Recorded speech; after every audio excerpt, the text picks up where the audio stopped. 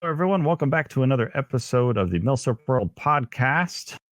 Today, we are joined by a special guest. We have Rob from British Muzzleloaders. Thanks for coming on, Rob. Well, thanks very much for having me. Yeah, thank you very much for coming on. It's a list of questions that we're going to go over today with you. Looking forward to this episode. Been talking the last few days about it. Certainly, the questions that you've posed here are right up my alley. So it should flow off the tongue relatively easily. How's that? Yeah, that sounds good. Cool. I guess we should launch right into it then. I think you mentioned about the how did I first get into military surplus rifles and that kind of thing. Exactly. I suppose as a kid, I had an old Winchester 22 passed on through the family. And apart from that, though, probably about 35 years ago, I had the opportunity to purchase an SMLE from a friend. And that was my first sort of full-bore rifle I had ever bought. And I still have it today. Those of your listeners who watch the channel would be eminently familiar with that particular rifle because it's used with some degree of frequency on the channel. But it's, again, that was my first one. The SMLE has a really strong history in Canada. The channel focuses on sort of the military application of firearms from the 19th century and early 20th, maybe the first half of the 20th century, you might say. And the SMLE fits right into that sort of niche. Your viewers may not understand necessarily that I am from Canada, and our sort of military history and my interest in it is very much sort of intertwined with that of Britain. And it gets more intense the farther back in time you go. So up until the 1980s, we actually shared, in terms of weaponry in the military, very similar types of firearms. The FN, the SLR, that kind of thing were used up until the 1980s. And they were in Britain as well. And then the farther back you go, obviously, through the post-war period, we see the use of the FN in both countries.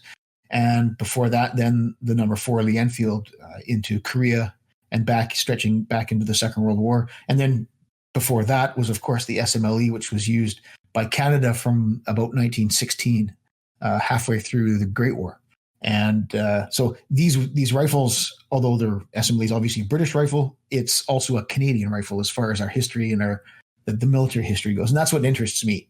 So that particular rifle was being the SMLE and very iconic in Canada as well as across the British Empire, as a matter of fact.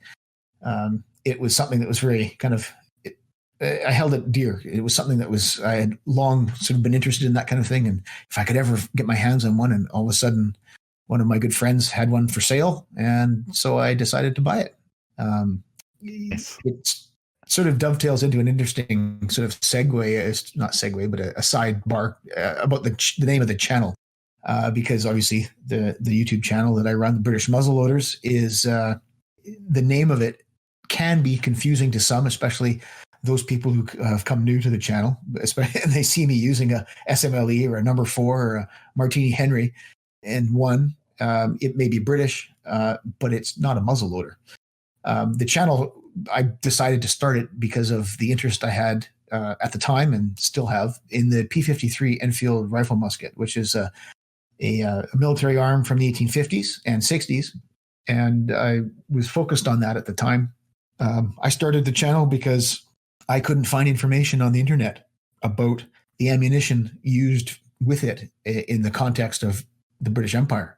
There was lots of information out there in the American context, that particular rifle being used to a great extent during the American Civil War, and the ammunition for it predominantly, as far as the collective knowledge that's out there, was based on that American style of ammunition, which was completely functional. And indeed, I used that type of ammunition, those types of bullets, when I first got the rifle. But I was interested in sort of how it was used in Canada, which it was used in action, as a matter of fact, in the 1860s. And then the British Empire, as it sort of expanded my sort of sphere, or not sphere, but area of interest. And learning about the British service ammunition for it was a long journey. but there was nothing information-wise out there on the internet that you could sort of easily digest and consume and find, most importantly. And I did find a lot of that through the British Military Forum, and there was a few people there, which the forum has a bit of a misnomer because it says militaria in its title, but it predominantly, 90% of the discussion there is all focused on the use and collecting of old British firearms, as opposed to the militaria side of it, which is a very small part of the discussions there.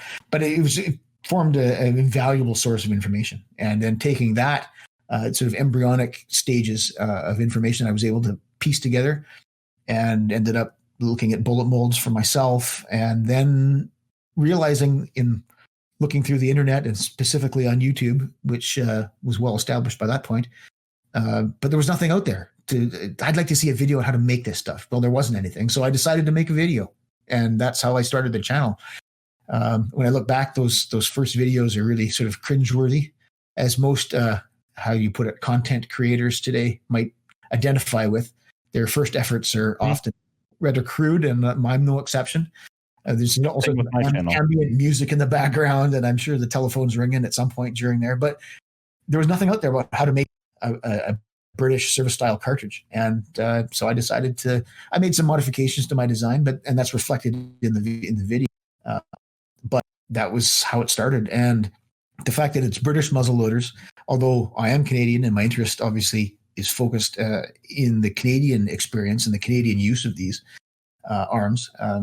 I couldn't really call them Canadian muzzleloaders because they weren't, but calling them British muzzleloaders, which is what they are, again, being from Canada, it tends to create a little bit of confusion to some of the newer members of the audience. But I think once they've poked around a little bit and seen the content on the channel, they understand it's just some crazy name that some guy picked, and that's what it is now. And it should remain for the present and into the future. Yeah. Well, it's a good name, and being British, it does kind of allow you to branch out to a greater family of like Commonwealth firearms if you so choose, and you have over the years. Right. Yeah. And that's absolutely, it may have started with a specific interest in mind, and that was the driving force behind starting, the production of videos.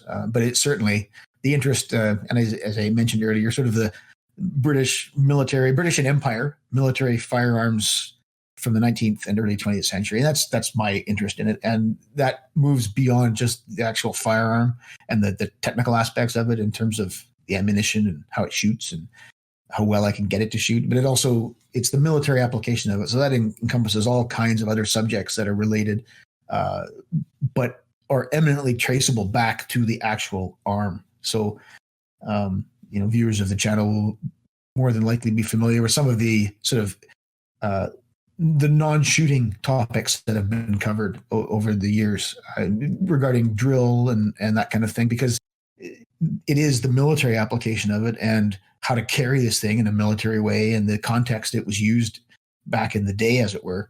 That's completely relatable to those topics as well.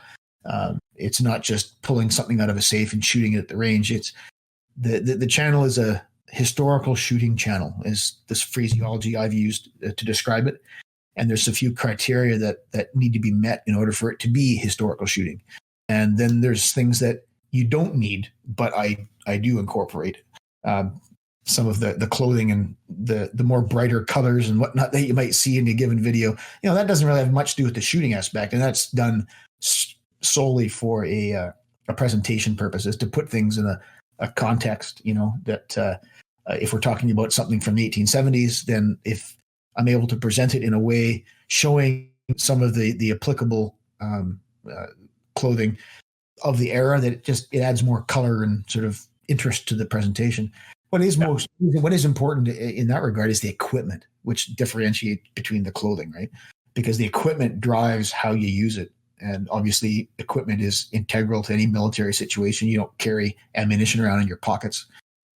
You're encumbered by the weight. You're encumbered by the straps that go over your chest or around your arms when you need to adopt different fire positions. And this is the military application of it. So when I lie down with a backpack on my back, it doesn't matter what shirt I'm wearing.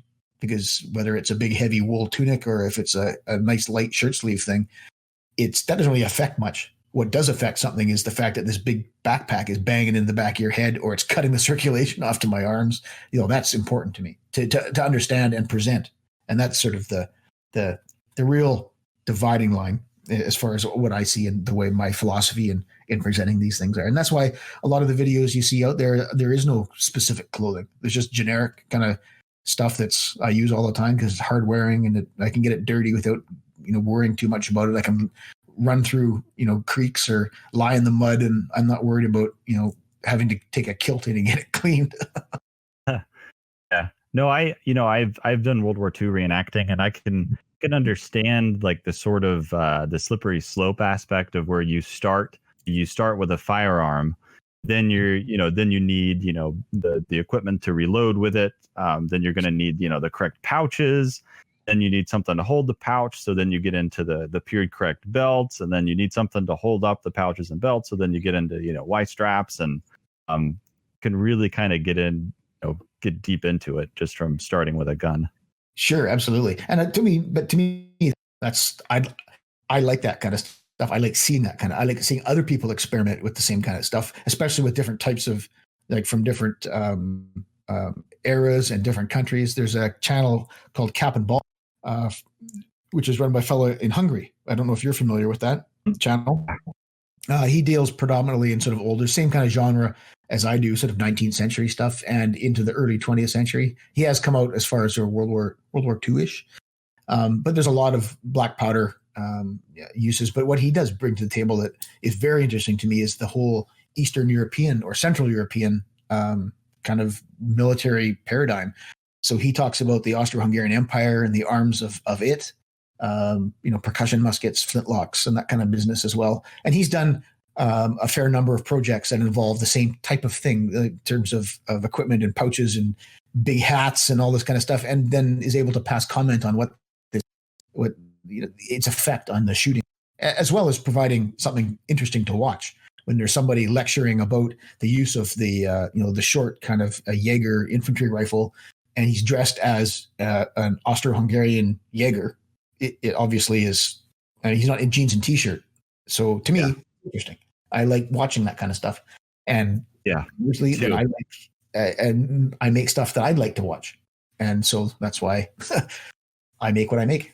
Yeah, I really enjoy that more technical aspect of the historical shooting, and I think it's very underappreciated that the bringing in and wearing the appropriate clothing and wearing the appropriate gear with that firearm. That if you want the full historical experience, if you want to really know how that gun handled, how effective that gun was when you actually do that and dress the appropriate way, I think it really kind of brings all that together. Sure, I'd agree with you, and that's obviously why I decided that quite a long time ago that I would sort of, as you mentioned, walk down that slippery slope and sort of incorporate that kind of stuff. At this point, it's sort of it's what I do, I guess. I could talk about the Brown Bess, for instance, until I'm blue in the face, or tell you as much as I know about it.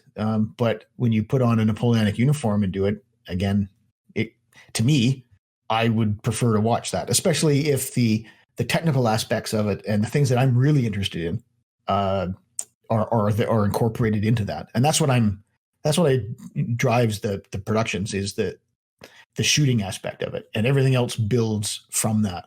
So I made a series of videos about kit, and not so much kit of the British Empire, but kit of British muzzleloaders in terms of what I use on the channel, because I get a lot of questions about where does this come from? Where do you get the hat from? Where does that come from? And so I had to make a series of videos about it, so I can just say, well, my hat is called this, and you can find more information out about it here, and then provide a description or a linker, or just simply point them to the playlist.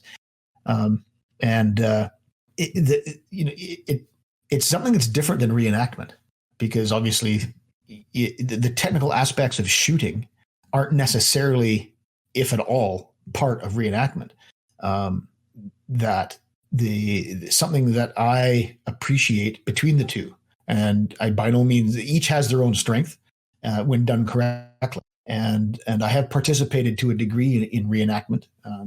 The sort of pick and choose, and that's very select groups of people that I've decided to sort of branch out in that, and that's provided a certain element to me, because that's what interests me, and that's the group dynamic, the maneuver, the tactics in the field, that again related to the rifle. I'll take example, the times that I have done and branched out into that have been regarding the Zulu War and the Martini-Henry.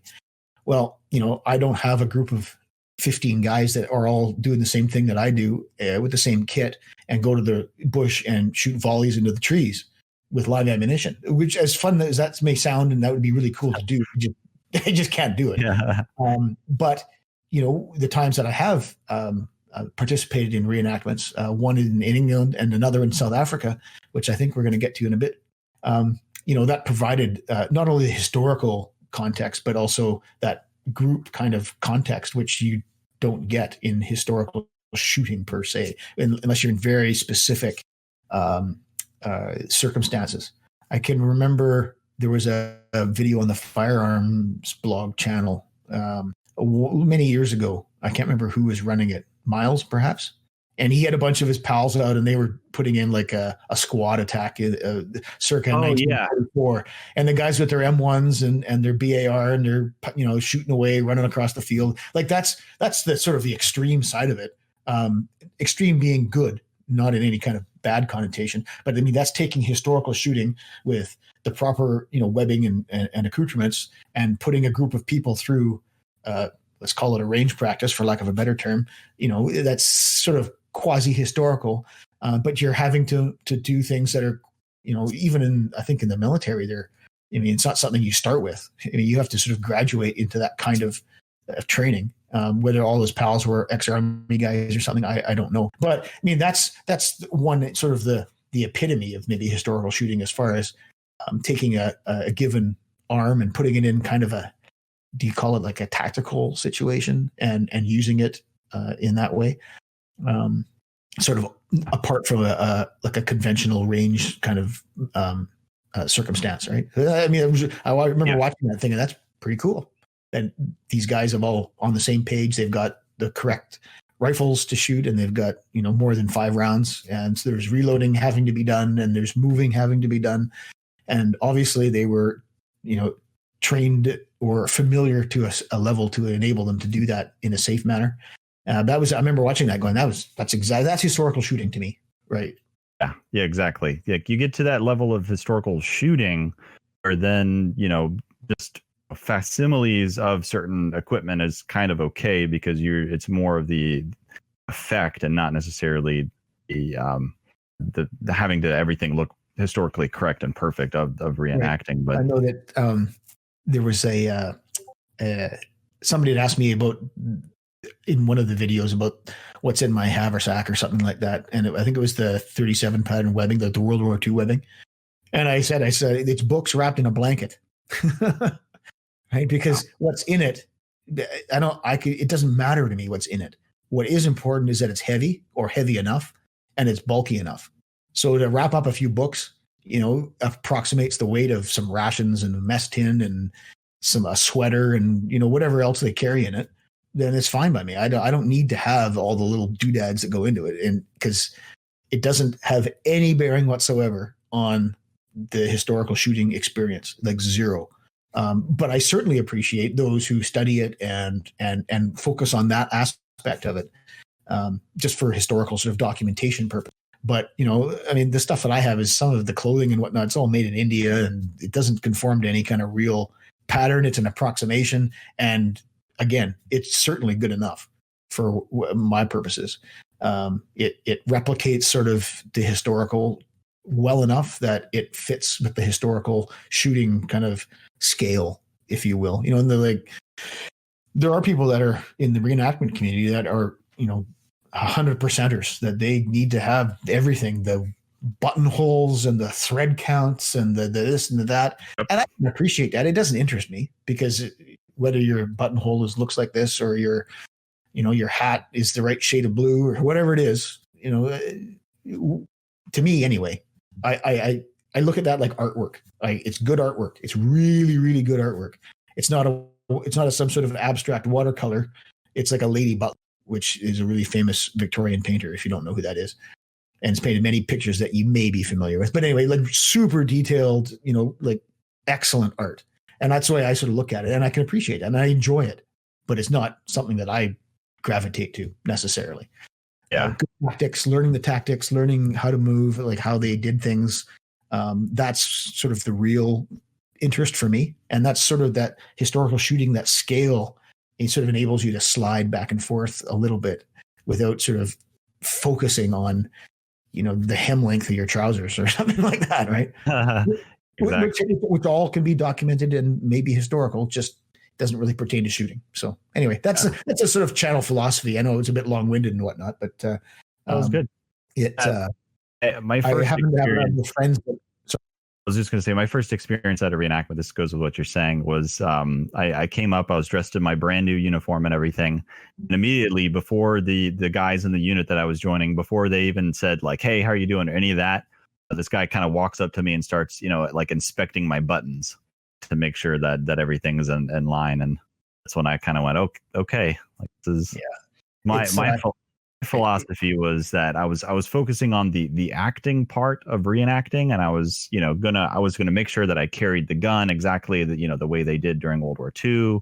No modern stances or holding it or anything like that. And I was focused on which like we would talk about is maybe more of the historical shooting aspect of it, and then was sort of hitting the harsh reality of what most reenacting is. Right, and that's the material culture, right? Is big, and again, I can appreciate it, but I appreciate it like as I mentioned, like art, like good art, like it's really good art, and I appreciate it for what it is. But like you said about stances and that kind of stuff, that's the drill, because the drills relate to the military application of the firearm, how you hold it, how you load it, and the way they were taught.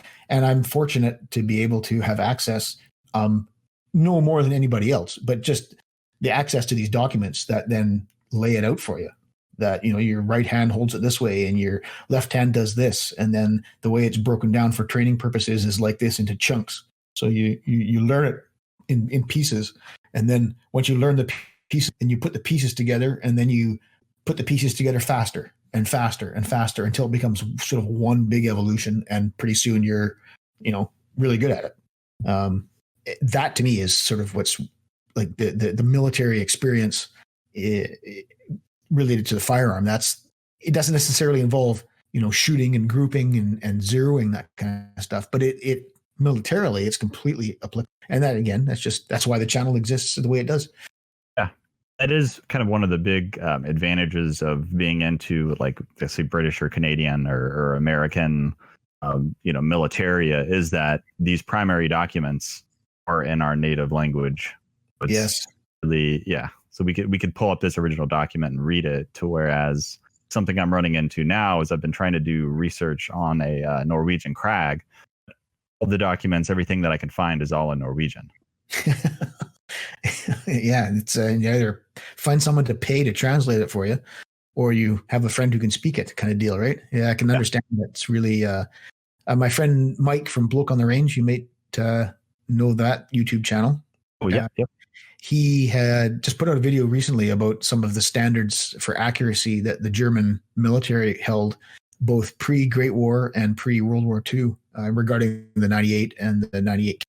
And again, primary German documents. He happens to speak German, right? So that makes it a bit easier. But again, finding those non-English speaking references, you might be able to find them, and you're a classic example of that. But you can't understand them necessarily.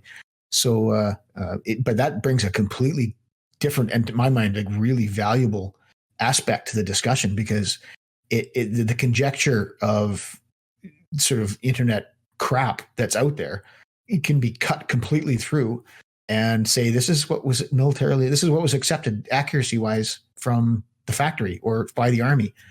And if it didn't meet this, then it went into some sort of refurbishment or got, junked or whatever. But these are the standards, and they weren't that great. Well, it's kind of irrefutable. It's the same thing as like the P-53.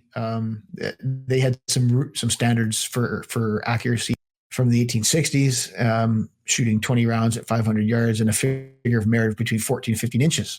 A figure of merit is a bit of an old method of measuring accuracy, as it were. It's not group size. It's got more to do with averaging and whatnot. And ultimately, it's a better picture of the capabilities of a given firearm. That said, that's in some documentation that you can find. And so then you shoot and you can try the same sort of thing and measure your numbers against what the historical is. You think, whoa, I'm not that bad. I was able to do that. Or say with the SMLE, can I shoot 15 rounds in a minute at 300 yards into a target of this type? Because it says specifically what type. Well, I don't know, but here's the documentation that I can find the target description. I can make an exact replica of the target, fire it at the correct range, and the ability to have Mark 7 ammunition notwithstanding, with suitable loads that replicate older ammunition, not necessarily the Mark 7, which is the pointy bullet of Spitzer style World War II and World War I ammunition.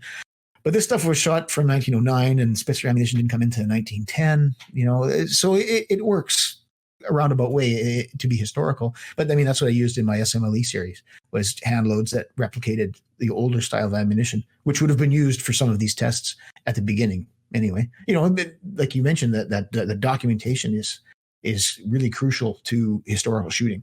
The weapon, the firearm, in terms of if it's not real or it's not original, then it's got to be as close as you can get in terms of its capabilities. The ammunition's got to be there to some degree, and the documentation, and then the equipment. And I think those sort of four things come together to really define what historical shooting is. And obviously, each of them has their own little bit of wiggle room in there. But if you meet those four criteria, I think you're sort of in the ballpark for historical shooting for sure. Yeah, and I think having that historical, the as close to exact ammunition as possible really does make a pretty big difference with the shooting and handling of a gun, especially saying like the Mark 7 ammo. I happen to have a few hundred rounds of like World War II era British and South African Mark 7, and when I first got into shooting Enfields, I used to shoot my Lithgow at SMLE all the time, and I shot mostly commercial. Then as I started, getting into surplus ammunition and picked up some Mark 7 ammo, I noticed like, wow, like the rifle really handles and feels distinctly different. Mm-hmm. Going to the original military ammo. Right. Well, I know that I had a similar experience to you using some sort of commercial. What the brand was it? Igman, some out of Yugoslavia or something like that. And they were hunting rounds. They're soft tip, and I remember shooting them, and it was not fun. Like they were hot, and doing any kind of repetitive shooting of it, it just got really kind of lost interest. One thing that did surprise me when I came back to shooting some of the Mark 7 that had been donated to the channel, I've got a batch of about 100 rounds or so. And I thought, well, there might be an opportunity to use this for a project. And yes, you're shooting off this sort of quote unquote collectible stuff, but I'll keep a couple for collecting purposes. And then what am I going to do with the rest of it? Just keeping it in a box for between now and when I die? No, I'll use it because it's going towards a specific project, and then I can comment on it. And one thing I did notice was the sort of the mildness of it. The stuff I had was in great condition. It was Canadian Mark 7, and just it's something about the cordite. There's something the burn characteristics of it. It was like, wow, I was not expecting that. And I shot the mid Second World War practices, like the rifle qualification course, as it were. It's 50 rounds or 45 rounds. And I did the project on that using this allotment, this donation of ammunition to the channel. And so, I mean, you can't get any better than that. Mark 7 ammunition of a number 4, Mark 1 Star rifle, using 37 pattern equipment and following the tables that outline the range practices, minutely. The only thing I couldn't do was use typically in a classification range, in the butts, you've got somebody holding the target that can, on a stick and hold it up for you and then drop it down behind the berm. So it sort of exposes it for a certain amount of time. I'm by myself, which is the nature of what I do. And obviously can't do that. So I have to rely on a timer And so yes, I can see where the target is. You would know approximately where it would going to be on a classification range anyway, because within a very small window where it would pop up, because there's somebody shooting next to you on one side as well as the other. So things like that are sort of necessary deviations from the historical, but the exposure time is there. I have to shoot within 5 seconds of the target coming up, as it were. So in reading the documentation, you can see that, you can see how it works, and then you can sort of translate that into a real world, reproduction, as it were. I find that fascinating and really enjoy those kinds of projects. And at the end, you can sort of see, especially when the standard is given, like first class, second class, marksman, all that kind of, you can see where you fit and think, oh, okay, I didn't really shoot really well here in those practices, but I was able to achieve this level, any given level, first class or marksman or something. It's like, well, so, that level is attainable. I'm not, you didn't have to shoot bullseyes every single, application. There was room there to screw up and to make mistakes and still come out with a decent score. And that was a really cool experience for me anyway. Yeah. And to touch on what you were saying about, sort of shooting this, maybe quote unquote collectible ammo. I sort of have the same predicament as far as like, do I shoot this stuff, make it anymore? And, as the years goes on and as people shoot it, it does, the value does go up. But I sort of keep it for special projects, kind of like what you're saying. I think it's important to, we're not just going out and just shooting this ammo just to hear the bang. We're like shoot watermelons with it or something.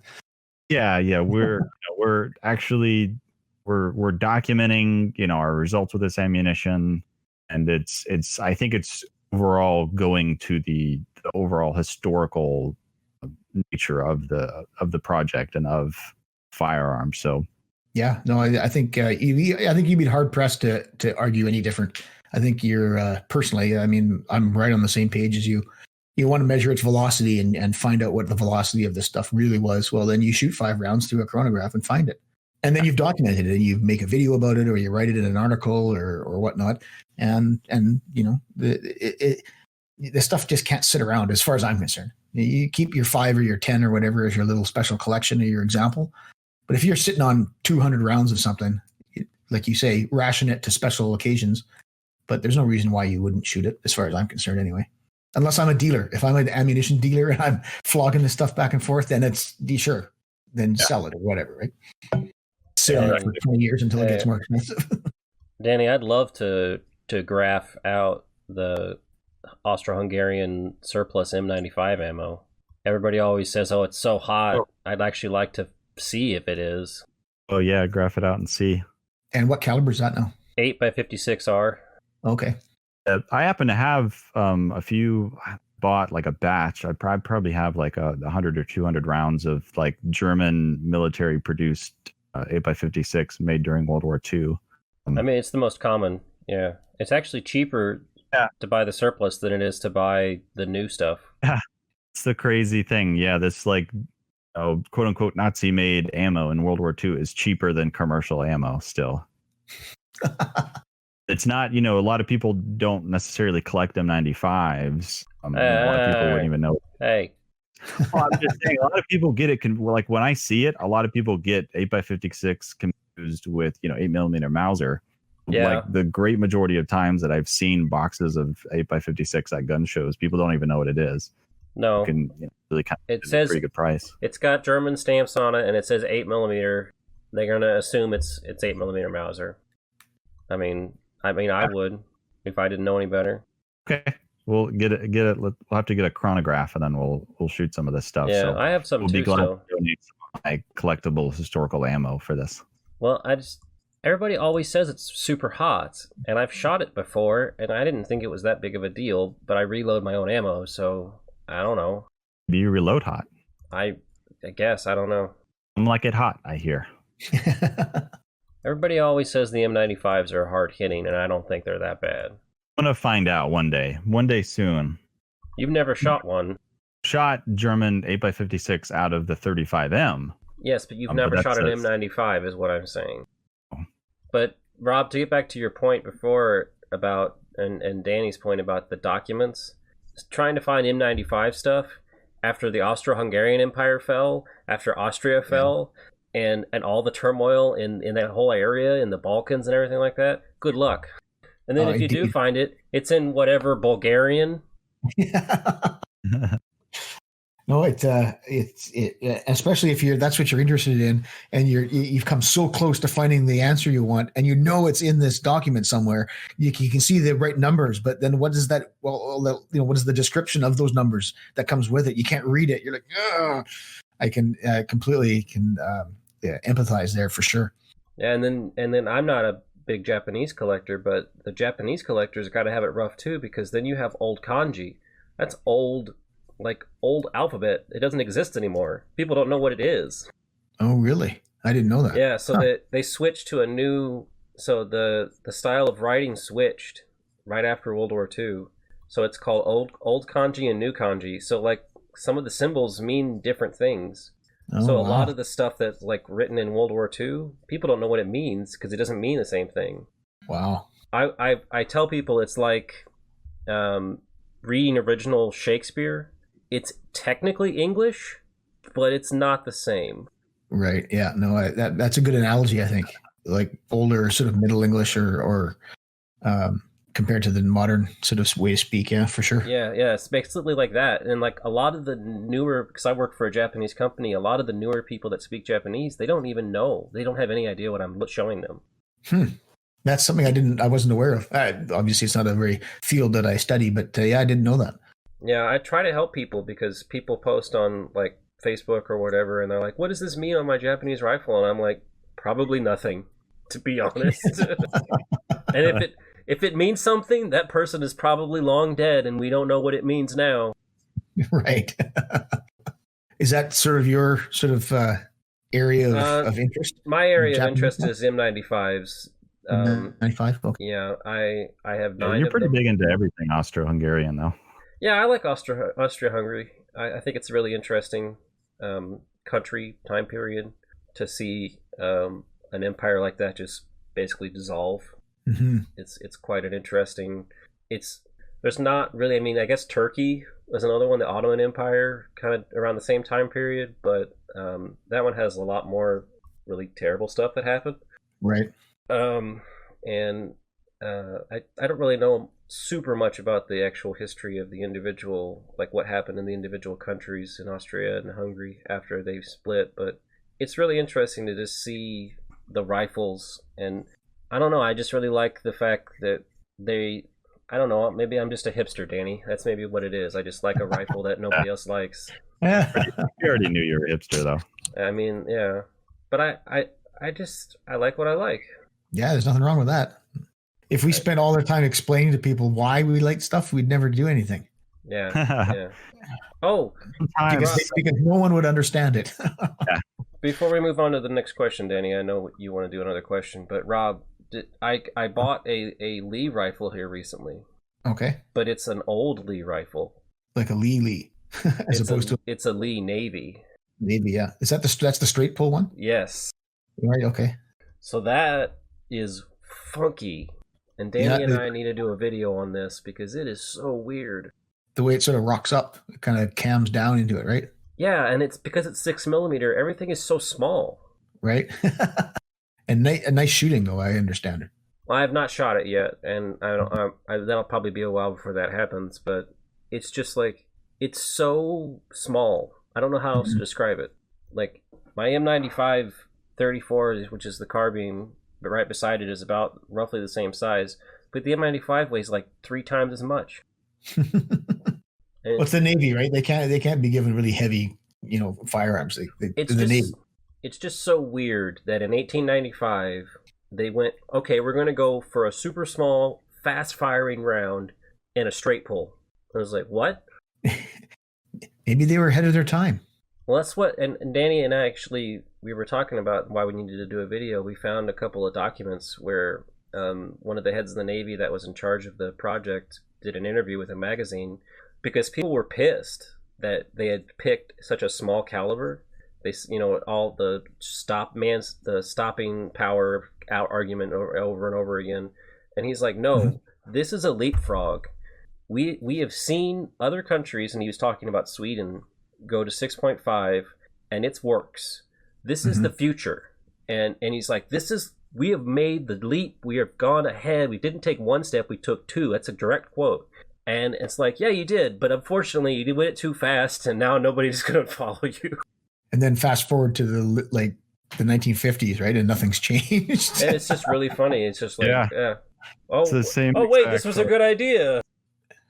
It's the same exact argument against 5.56 that it said back in 1895 about the millimeter. It's the exact same. Too small. Doesn't do what you think it's capable of, and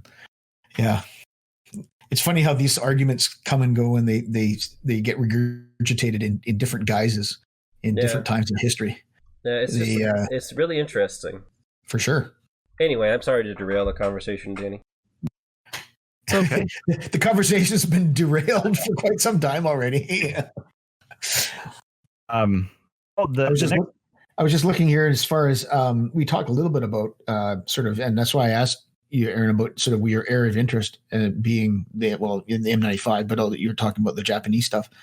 I know that initially the channel sort of, my interest was, as I mentioned earlier, was the sort of the P53 was something that was old fashioned enough, but then because it was a rifle, I still could hit things, I guess is the sort of what drew me to it. And, but I don't really have, that was the first focus of the channel, but I can't really say that I have a favorite because each thing has such an interesting part in history to play from, the military application of it. And I can't pick the Baker over the Martini, over the Lee Metford, over the number 4. Like they're all different. They all have such different characteristics, and they all fit into a different time in history that it's kind of a washout answer, but I can't pick one. I think sentimental reasons. I think I'm actually I'm working on a video about it right now. Is my Baker, because my Baker rifle is, which if you're not familiar with, is the infantry rifle from the early 1800s for the Napoleonic era, and it was used all throughout the Napoleonic Wars. It is by the British Army. It featured at the Battle of New Orleans for some of your American audience.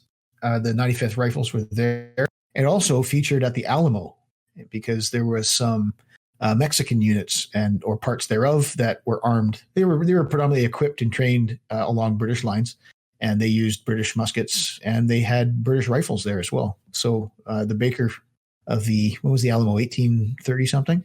I should know that, but I don't. Something along those lines. I can't remember off the top of my head. I have to look it up. But it was used by the Mexican Army there.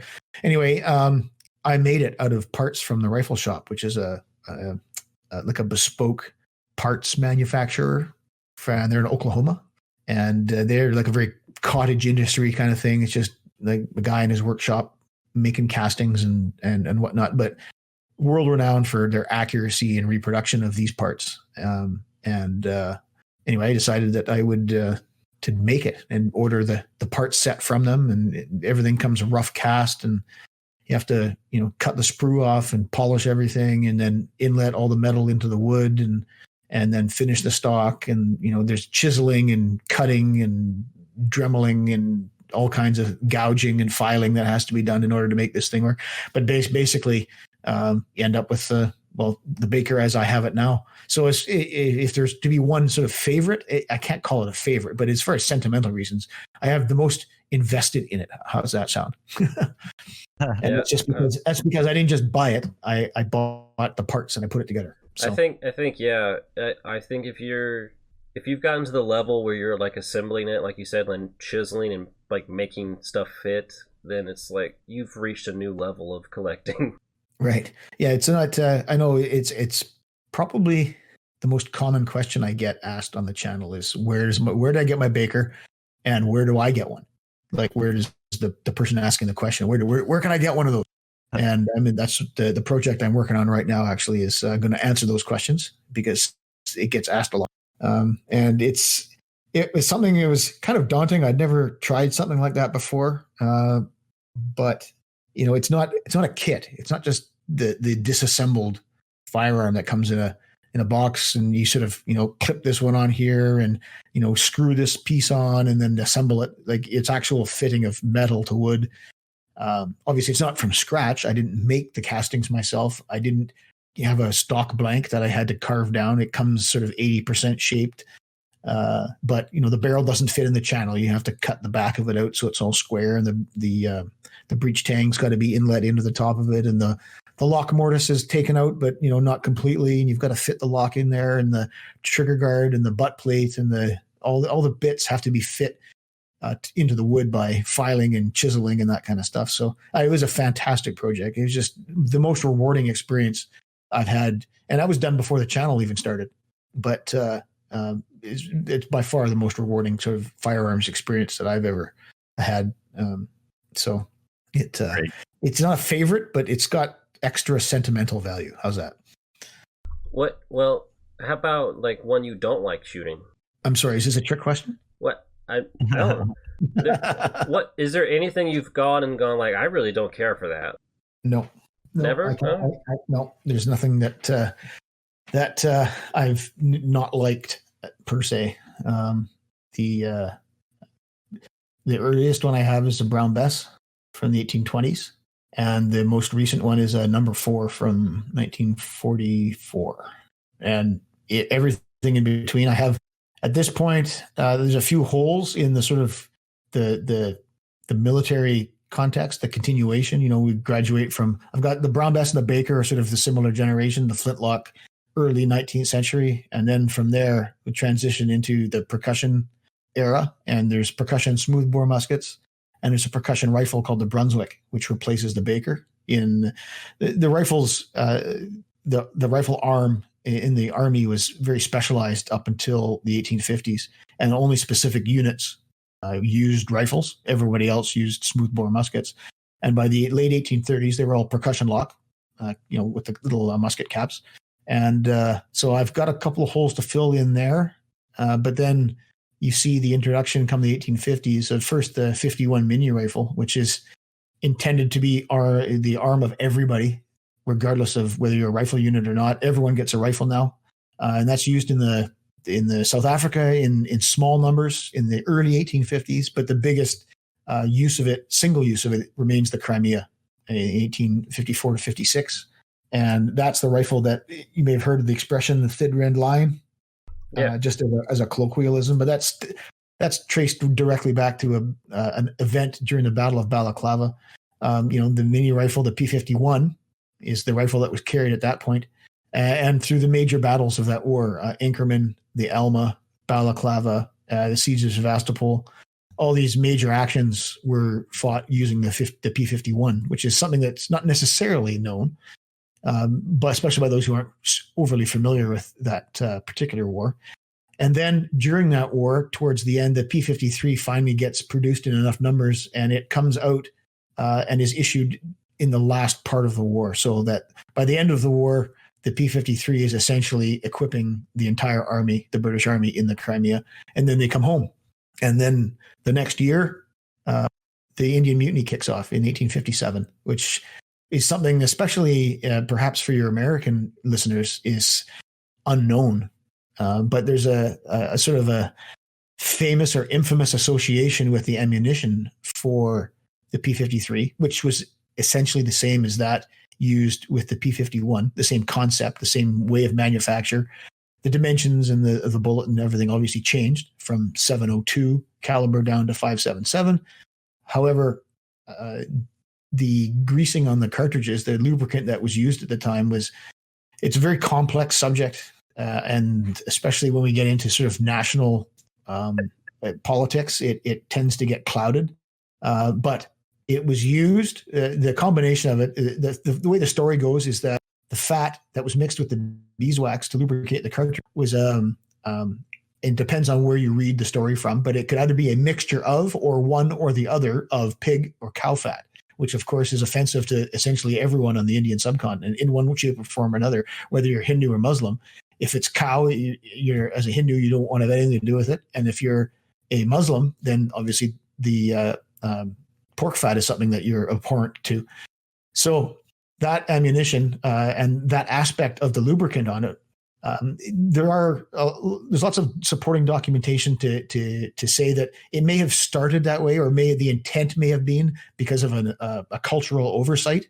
But there's also information to indicate that they were issued unlubricated, so that the sepoys, which are the term used for the Indian soldiers of the East India Company Army, which is who ran India at the time, and that they could lubricate them themselves, because they understood that, we made a mistake here. We haven't issued anything yet, but let's just calm down. Here's the cartridges. And either they've been lubricated appropriately, or you can do them yourself. So pick something that's neutral and that doesn't, affect your religious outlooks at all, which is what it's driven by.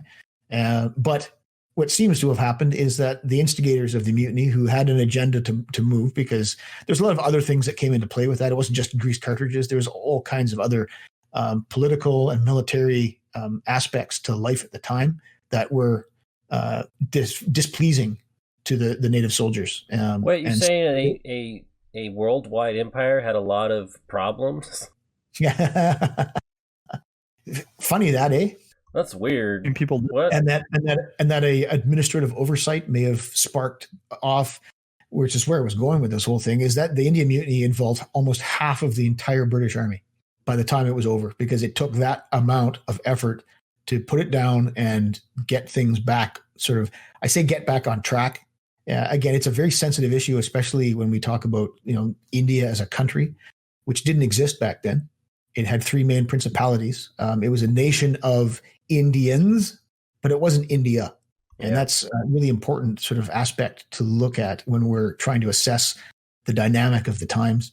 And whether in modern times, I know that in India, there's a large movement that sees this Indian Mutiny, as they call it, like the first war of liberation, like a revolution. And the facts just don't point to that. It points to, however, it doesn't point to just a simple mutiny either. It's a mutiny. It starts as a mutiny. The instigators use this aspect of the cartridges to instigate the mutiny, and that there is a mutiny by a specific number of units when they get issued them, and they refuse to use them. And their officers essentially say, well, you have to. It's the army, and this is what you're doing. This is a new rifle that's being issued to you, and this is the ammunition that comes with it. You need to use it. Like, not you need, you have to. It's the army. Do as you're told. No. And that's where the mutiny starts. And the mutiny develops into this like a steamrolling hand over fist building of a movement that turns into every, I would say, man and their dog decides to get in on it, because they think they're going to benefit by getting rid of the British in some way, shape, or form. And there's a lot that don't. I mean, the whole Indian subcontinent is not engulfed in mutiny. It's predominantly the Bengal Army, which is one of three armies that were in India at the time. And the others did not suffer the same kind of discontent and mutiny as they did there. So again, it's very sensitive, and I certainly never try to downplay it. But the sort of the truth and the facts and the reality is never as simple. And the same could be said for sort of the American Revolution as well. It's never cut and dry. And the Indian Mutiny sort of builds from that mutinous aspect of it in a military context, and becomes a civil thing very quickly as people flock to the cause and say, we're going to get rid of the British, because essentially, I, the prince of this area, or the head Indian person in particular area, wants to gain power back. So they jump on board with the mutiny, with the revolution, as it were. So revolution with a small r rather than a capital R. In the end, again, the British Army mobilizes across the globe, and they send half their army there to put it down. And it's a very displeasing and very, very violent war on both sides. There's a lot of atrocities committed. It's not, you have to have a thick stomach and a thick skin to read what goes on both sides. And both sides are equal to blame in the atrocity side, for sure. And again, you can't judge that kind of thing by modern standards. It's just the way it was back then. And some of the stuff that went on was just outrageous by today's. You look at it like, summary executions and blown from the mouth of cannons, and massacring of European women and children. after being told that they would have safe passage. I mean, it goes on and on and on. So it's it's very interesting, but very sensitive as far as any kind of how do you put it now? When you talk about it, you need to be sensitive. There are people out there who believe it was a revolution, but chances are there's been some clouding of the facts and the history go on in order to make that view predominate. So anyway, from a military standpoint, the P-53 there, it hasn't even got to India fully yet, and there's a lot of units in India that go to war, as it were, when the mutiny kicks off. Both in the British Army as well as the East India Company armies, and who maintained native troops as well as European troops as well. But they still have smoothbores. So it's a very interesting time where the P-53 still not fully issued yet.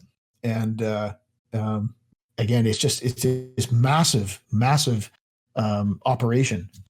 Spans over 2 years from 57 to 59. And it ends with the dissolution of the East India Company, which is the way the British ruled the world at the time. I can speak, being a Canadian, that most of our country was ruled by the Hudson's Bay Company at one point. And another big part of it was ruled by the Northwest Company. And so it was the de facto government. And that the British, that's the way they did everywhere they went. And the East India Company was by far the biggest and most established, had its own armies and whatnot. But it was a company. Honestly, it started as a trading company and then morphed into just all seeing, all dancing, in a very, very fascinating part of history. In the United States, it's Walmart. The use of the P-53 is pervasive, and it's sort of the equivalent in the British Empire of the American Civil War as far as the use of it goes. That it's seen everywhere, especially towards the end when all the troops come out from Britain and from around the world. They get equipped with it and they go. The accounts of its use there really put things in perspective as far as the leap in technology from the smoothbore era, whether it be percussion or not, into the rifled era. The engagement ranges increase, 2, 3, 4, 5 times. And artillery, which up until that point would have been essentially invulnerable up to a certain range, is now eminently engageable at distances that were unheard of before the rifles like the P-53 came along. Your infantry engaging artillery at 800 yards effectively, unheard of during Napoleon's time. Yeah, and I'm sure that also set up one of the things that's mentioned by the naval general or naval commander in this article is that we see the future battle is being fought much further away. Is like it set up the idea that everything's going to keep getting further and further away. And that's simply because of the capabilities of the weapons, right? Right. Like that's what I mean is like you go from the musket, the smoothbore musket to the rifle, and they're like, oh, we can engage at further distances. Like they don't take into account, the style of battle is going to change. They're just like, well, basing just on the weapons, we're going to engage at 1,000 yards now. It's like, no. Well, it's a very interesting topic. I know that I don't intend to presume, but I would expect that perhaps your take on that. A good example is the American Civil War, and that this technology is in existence and has been, and it's matured by this point. And the intricacies of the system of ammunition have been sort of worked out, and it's a completely eminently usable and effective system.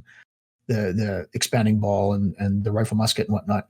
I have a good friend of mine. His name's Brett Gibbons, and he wrote a book called The Destroying Angel, which is not product placement, but it's a reference that is incredibly valuable in placing the use of these weapons in the context, the right context, and as far as their effectiveness and their game change ability that they bring to the table. And it seems that when you look at the examples, there's a lot of examples during the American Civil War of fighting taking place at Napoleonic ranges, like 100 yards, 75 yards, and just slugging it out, until there's hardly anybody standing. Right, and it's horrific. Like I remember reading. Absolutely. I mean, I've stood in the cornfield, the wheat field at Gettysburg, and you can throw a rock across it, and then you start reading the account about how many people were involved in that. and the back and the forth and the smoke and the death and the fire and it's incredible.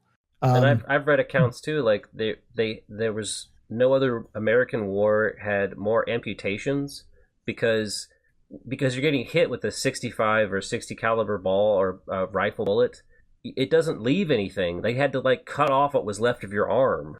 Yep. I mean, it's a big piece of metal that's flying through the air. It's not going very fast, but it doesn't have to be because it's so big. Right. So like they had so many amputations because they didn't have time, one, and two, what are you going to save? Yep. You look at in terms of the weight of the actual projectile and the velocities, it's going at around 900 feet per second or so.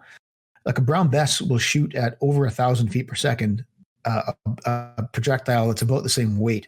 But the fact that it's a round ball, it loses so much more energy so much more quickly. But if you look at the wounds that were sustained, at Waterloo, for instance, they're very similar. But the engagement ranges were so much smaller.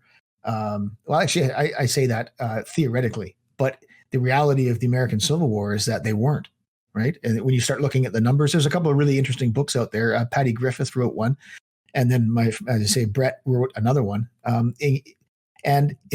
What I found with Brett's book was that it has been mentioned by other historians that the rifle musket was not the game-changing device weapon that it's meant to or made out to be, because of the fact that these engagement ranges were at such small distances. And looking at that, when you look at the reality of battle, you can understand how that conclusion might be drawn. It's like, well, if these things are so good, then why were they fighting at 50 yards? And what an interesting point that Brett brought to the table was the aspect of training, and specifically musketry training. And he goes into great detail. And that's why I mentioned the book, because it's something that it brings a piece of context into the discussion that it cuts through some of the conjecture that's out there, because the American Army in general, both sides, the Confederate and the United States Army, although it had a lot of time on its hands, especially in the East, to train and drill and all that kind of stuff, it did not put any effort essentially into musketry, the training in musketry and the actual application of it, which means like target shooting. Now, sure, it was done, but when you look at what the British Army did at the same time, and the training program that every man at recruit school went through and then continued to do when he got to his battalion out of the depot, wherever that battalion was in the world, and the amount of ammunition that was allotted every year for these guys to practice with, that number like towers over the numbers that you'd associate with the American Army in the 1860s at war during the American Civil War. And I don't mean musketry training about the drill, how to load it, and how to stand in ranks and how to fire it. But what really comes into play is the training in judging distance, which was a huge part of what was taught in the British Army. Looking at the size of people, looking at at parts of the ground in order to estimate how far away they are. Because, as you might understand, especially when we get into older firearms, the bullet travels slower. So that means to go the same distance, it needs to go higher. Well, the slower the bullet, the higher the trajectory, which means the point blank range goes way down. And today, like a 30 caliber rifle will shoot point blank out to like 300 yards or more, 500 yards. It won't rise above the height of a man, right, which is the definition of point blank. So that you can have your sight set at 500, aim at his feet, and it doesn't matter where he is between 500 and you will hit him. And that's the sort of the philosophy behind that. The slower the bullet goes, the higher the trajectory, the shorter the point blank.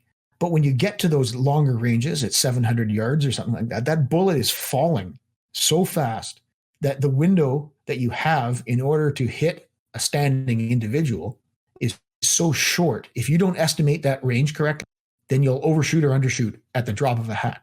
So you need to really be good at judging distance, which is part of the British Army's training, because they buy into this idea that the rifle musket is a game changer. But it's only a game changer if you are able to use its capabilities, which is the shooting at those greater ranges. And if you have no capability in judging distance, like accurately, looking at fence posts and counting fence posts on the way down across a field, or looking at somebody and how high they are compared to another, some sort of object or something like that, and say, yep, that guy's at 700 yards. So I'm going to tell my company to shoot at that company, those guys in the tree line at 700 yards. They set their sights to 700 and start firing in section or half company volleys. Boom, boom, boom, boom. And I look through my telescope and I can see, I can see there's some effect on the ground. Short. I'm falling short. Then I can tell them to aim high. I can tell them to set their sights to 800, right? But that's the training that's involved in the British Army, and right down to individual privates. And before they even fire a shot, they have to pass a course in judging distance. So the context of the claim that the rifle musket is not a game changer has to be balanced against the lack of this kind of training in the American Army. And it's got nothing to do with the resolution in battle, or how well you can form line from column and move to the left in fours and maneuver on the battlefield. That's not what we're talking about. What we're talking about is the training at all levels, at the junior officer level, who are the ones that are telling the men what range to put on their rifles, but also them seeing the capabilities firsthand. They've shot the rifle themselves out to 900 yards or something, and they can see at a target, and they can see the effect. You have to pass a course of musketry in the British Army that goes from 150 out to 900 yards every year in 3 different groupings at 3 different types of target. And this is something that goes from the 1850s and right the way basically for the rest of the century. And it's modified slightly as new rifles with better capabilities come in, like the Snider, the Martini-Henry, and the Lee Enfield. So that's what Brett argues, and it's really fascinating to me because in his book, he's really brought out some of these references, and some of which have been in the Crimea, some of which have been in the Indian Mutiny, about infantry engaging artillery, as I mentioned earlier, at these extended ranges, which, like, you can imagine a gunner who generations of gunners have felt the same way, have trained the same way, because they know that when the other guys are like 200 yards away, we're good. When they start getting inside that, we know that, one, if they try and get here real quick, they'll get here really quick. But also, they can't really shoot at us because the weapons they have don't have that capability. They can shoot at us all day, but they're not going to hit anything. All of a sudden, you set up at 700 yards with the battery of 6 guns, and you're going to engage someone at 600 yards. Now they can shoot back at you. And all of a sudden, the bullets start whistling by and clanging off the gun barrel, and the horse goes down, and your sergeant of your gun, he gets shot. What's going on here? And that is one of the interesting points that Brett argues, is it was really a paradigm changer. Perhaps it was not in the American Civil War, and these are the reasons for that. But it really was in other parts of the world and in relation to the British Army, because of the amount of training that was in the system regarding the rifle musket. Anyway, I'm going down a big rabbit hole here, but to me, that is really fascinating. And having shot a P-53 out to 700 yards, that's the farthest I've shot it, at a target that was 6 feet round. So, it's as tall as a man, and, obviously it's wider than a man, but it would be the same width as the 2 guys standing beside that one guy. Once I found the range, which was, you had to adjust your point of aim a little bit, high, low, and find the right range setting and where to aim on the target. But once I found that, it was hit after hit after hit after hit after hit. And yes, okay, this was in the prone position. So firing from a standing position would be less stable and less accurate, as it were. But you have your whole company of 80 guys shooting in 20-man volleys, boom, boom, boom, boom, boom, again and again and again and again. You can see the effect that would have, because the rifle is capable of that, but only if I set my sight correctly. I've judged the distance, I've watched the effect of the fire, and I've changed it to make it work. And if you don't have that training, if it's not embedded in your the way you soldier, as it were, then you'll never understand it. And this thing is only good to 200 yards. So I'll wait until they're 75 yards away and I'll let them have it. And yes, it is devastating, as you mentioned, like completely devastating, especially at that range, because you can't miss. Then again, you have places like the wheat field that go on all day long, and people shooting each other all day long, and nothing happens. Right? Again, it's just, to me, the study and the military application, based with a foundation of like what the channel explores, the actual technical capabilities of a given rifle. You take that and that firsthand knowledge, and you can apply it to the anecdotal stuff, and it just builds this really intense, detailed picture of why or sometimes why not things happen the way they do. And it just, I don't know, I'm getting really geeky here and all that, but it's something that I'm really interested in, as you might understand from what I've been talking about. Yeah, no, it is an interesting topic, and my sort of understanding is that paradigm shift, as well, going from smoothbore to rifling, and then in some really primitive repeating arms is kind of what led towards the end of the American Civil War, sort of quasi trench warfare. Right, it's just that the firepower becomes such that nobody can move anywhere. Yeah. Right?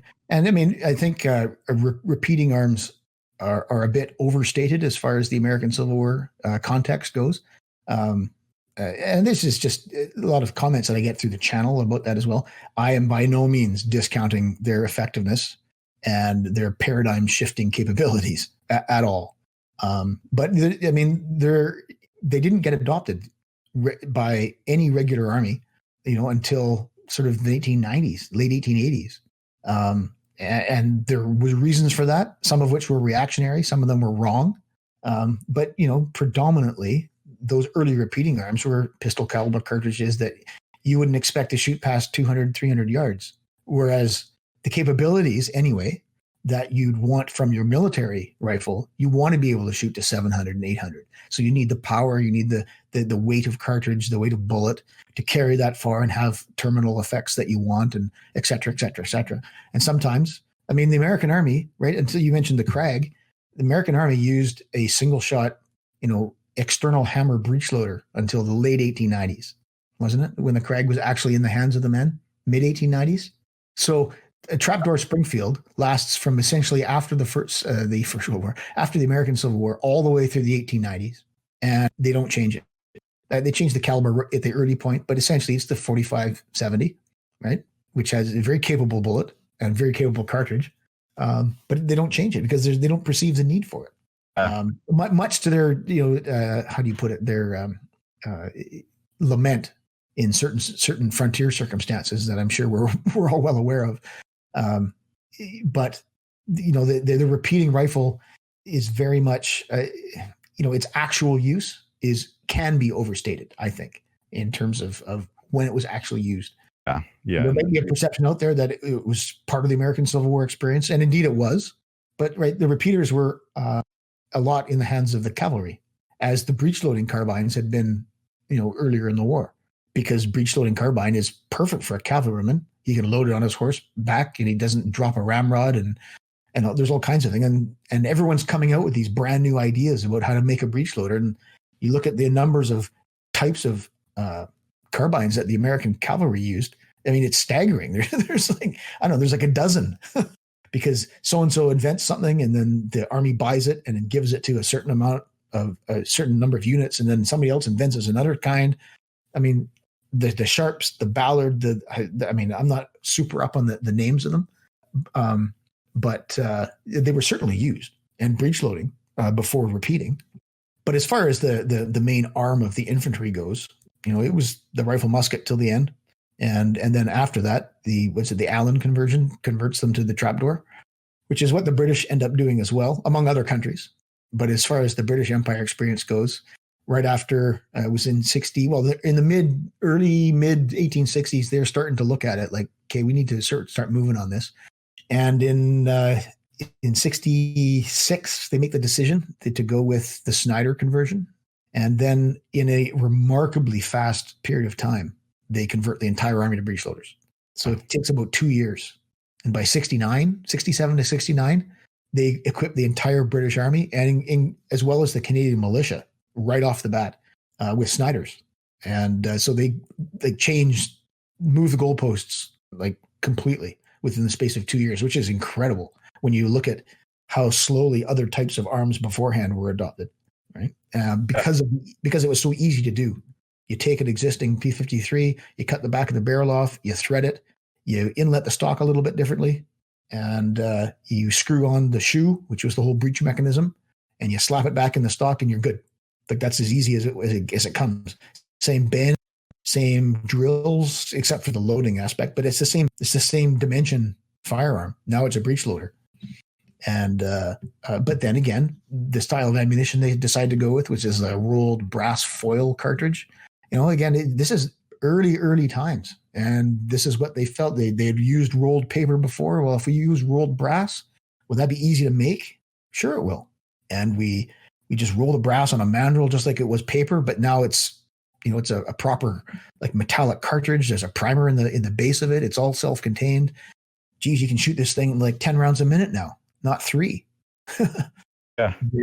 And so it's a very similar kind of experience. What the British Army then goes to is that it is very much a stopgap, the Snider, because even by the 1860s, they're looking at a dedicated, proper breech-loading rifle, and perhaps even one that's of, at the time, small bore, which is kind of funny today because that's small bore at that time was 45 cal instead of 5.77.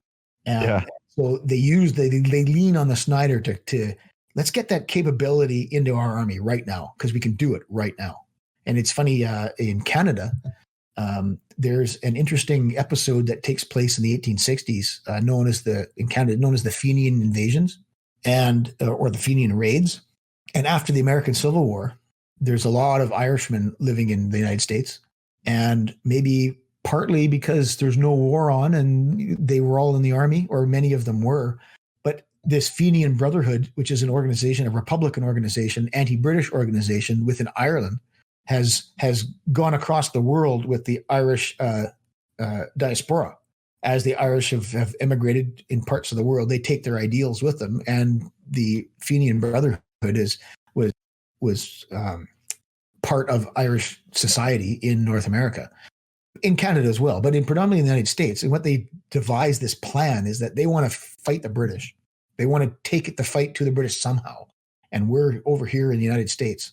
How do we fight the British? How do we fight the British? Well, wait a minute. What's just north of here? British North America, right?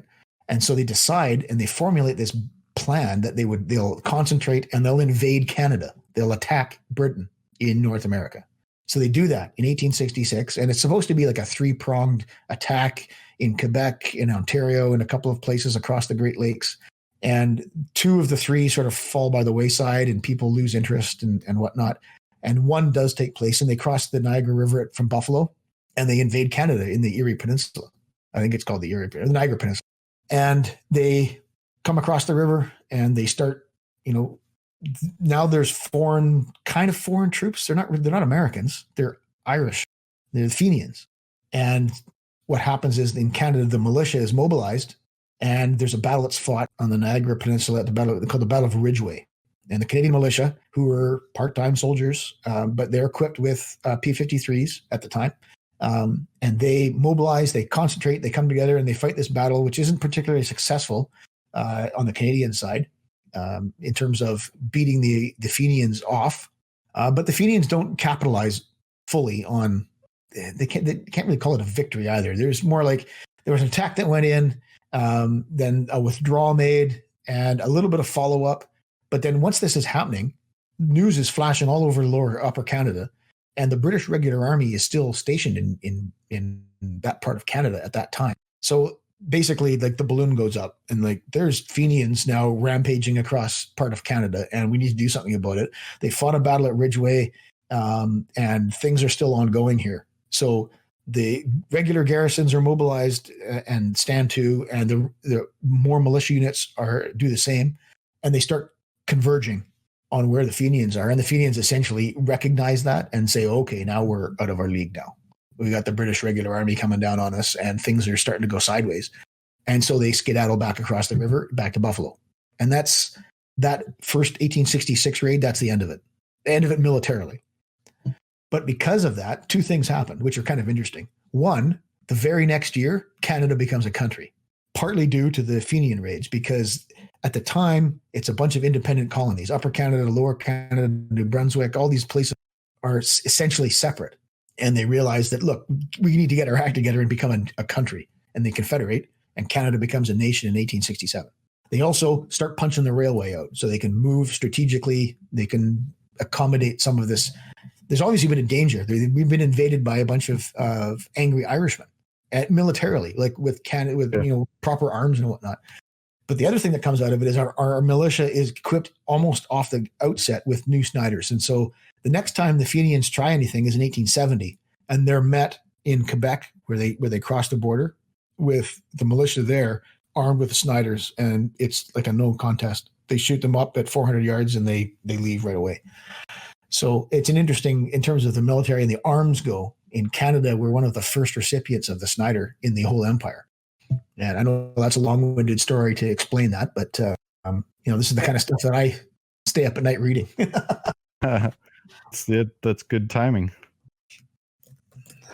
So that's the Snider. And Canada doesn't really go to the Martini-Henry the same way that the rest of the empire does. So at that point, in terms of the channel, the Martini, in terms of its use, in terms of its application, in terms of the study of it, nearly exclusively turns to sort of British colonial campaigning.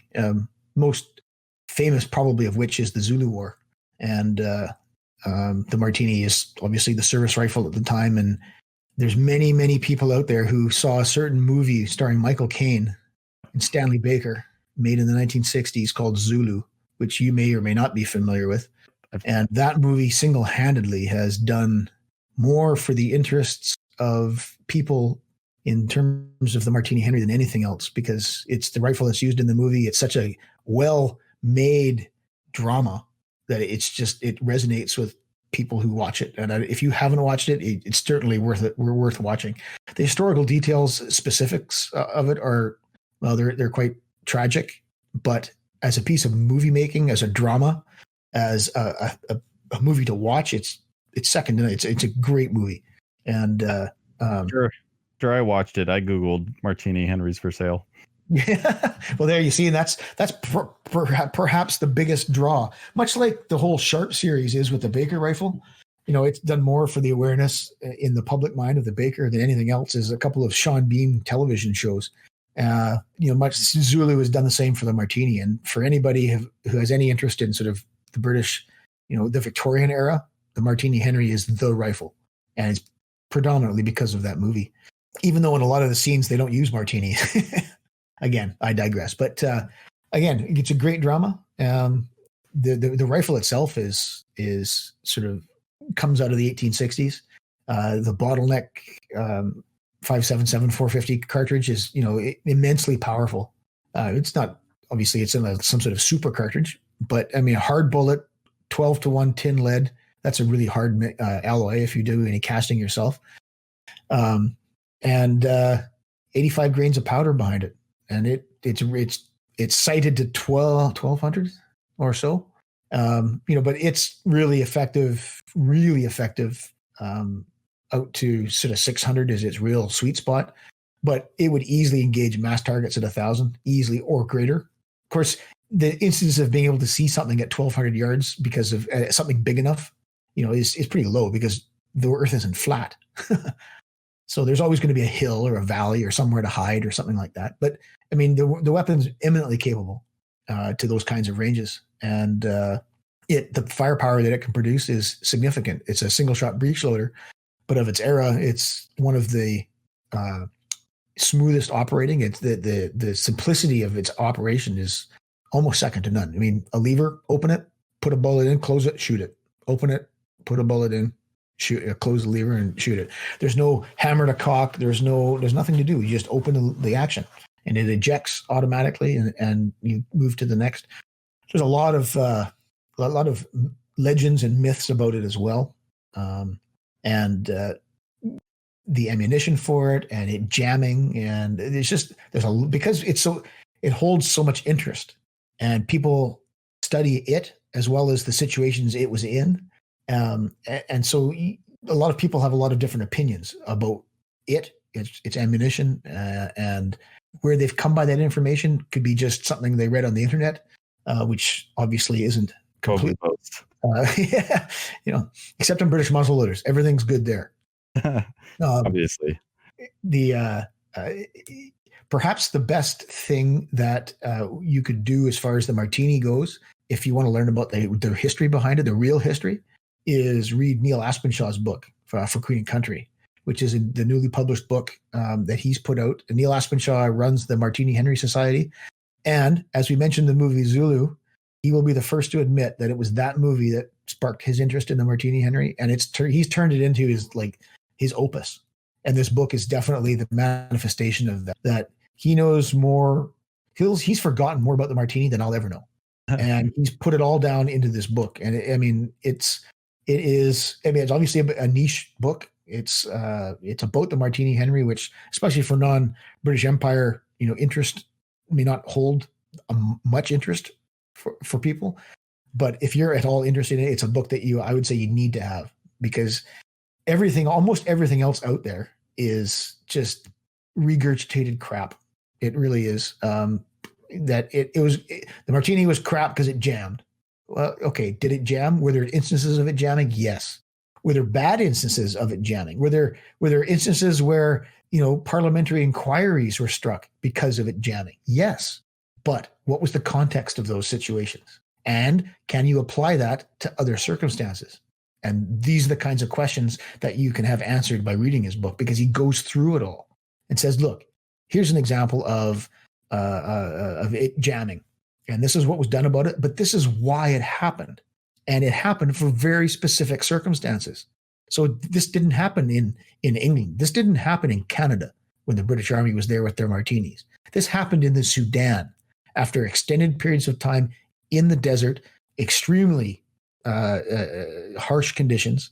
The ammunition was carried in leather loops, in bandoliers, and grit and verdigris formed on it. And if you've ever put a brass cartridge in a leather loop, but within a very short period of time, it corrodes, turns green, gets all kinds of gunk all over it.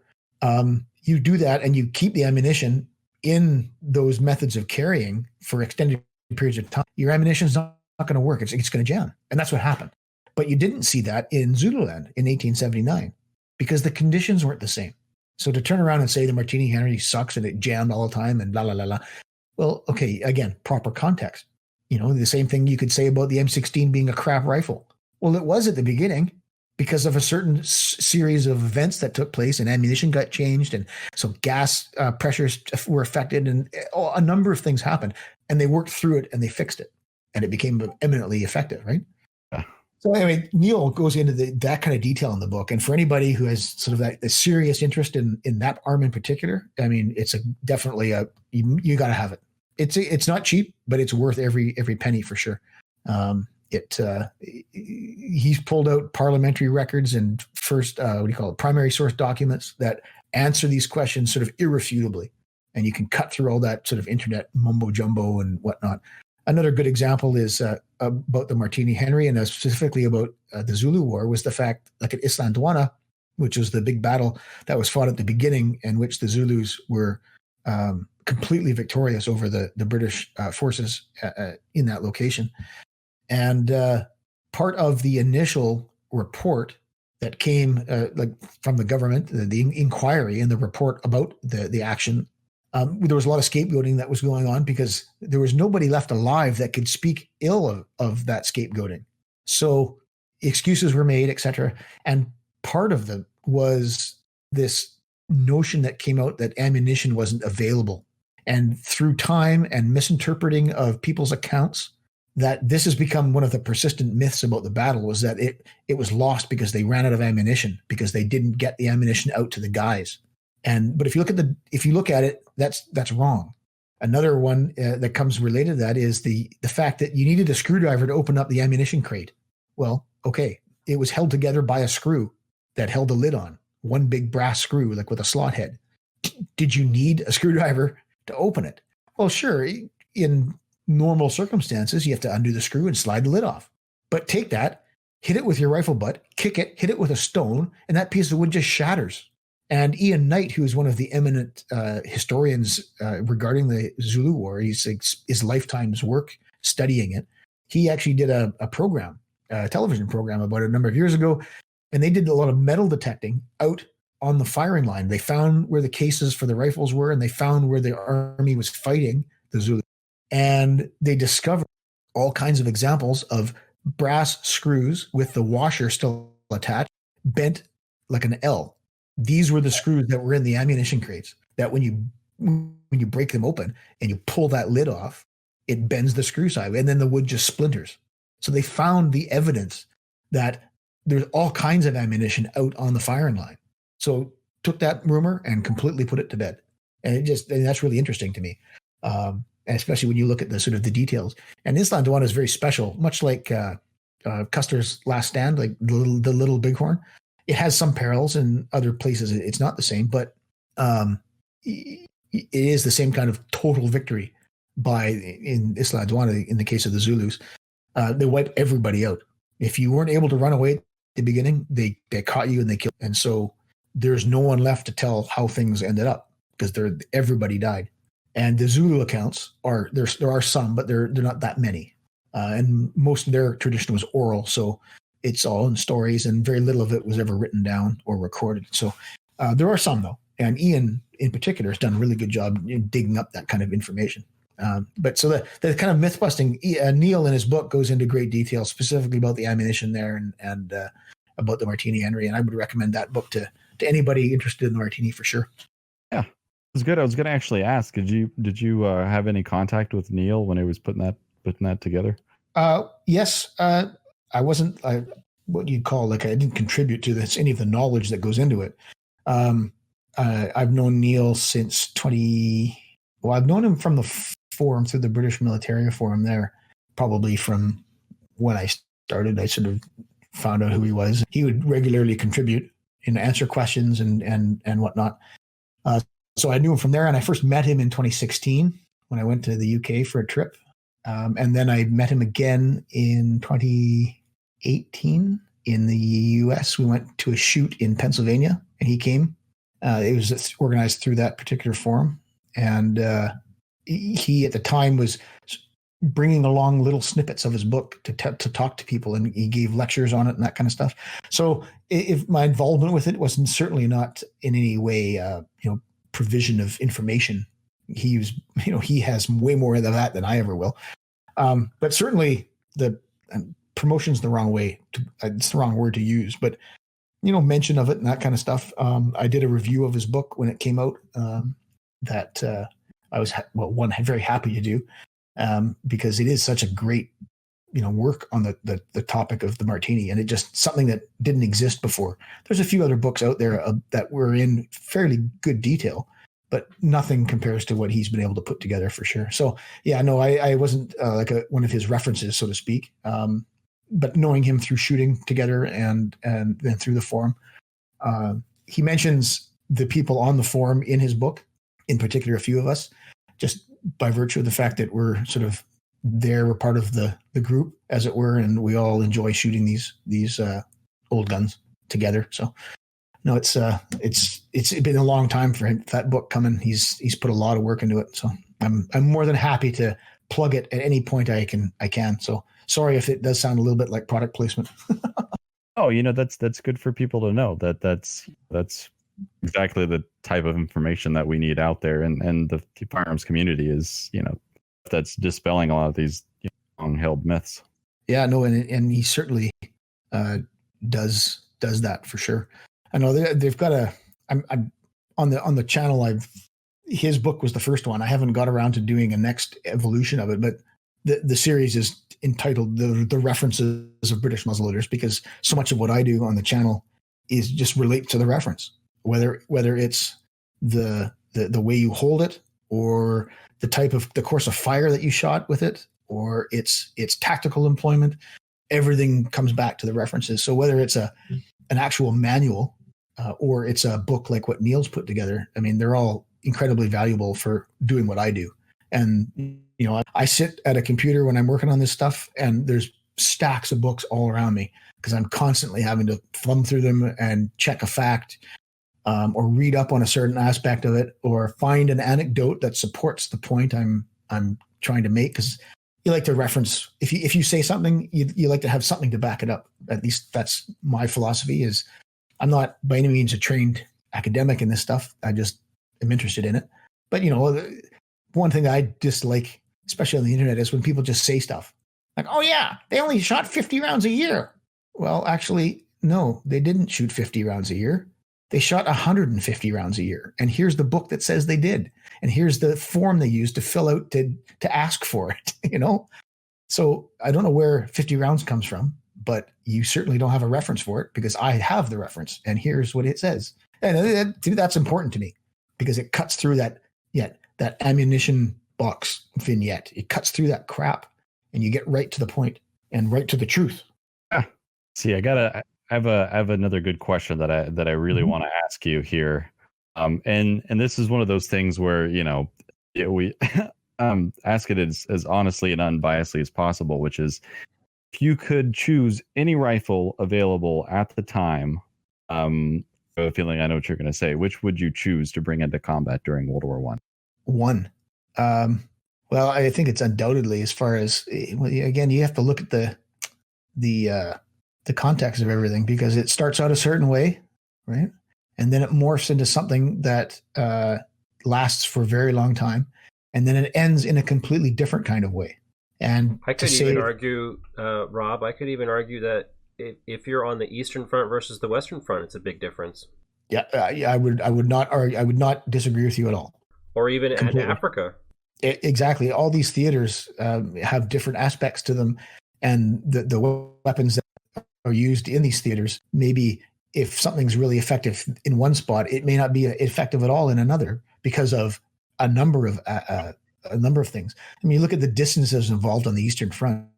I mean, they're just like they were in the Second World War. Like it's a fact of the planet that the distances, it's huge space there. You're talking massive amounts of room.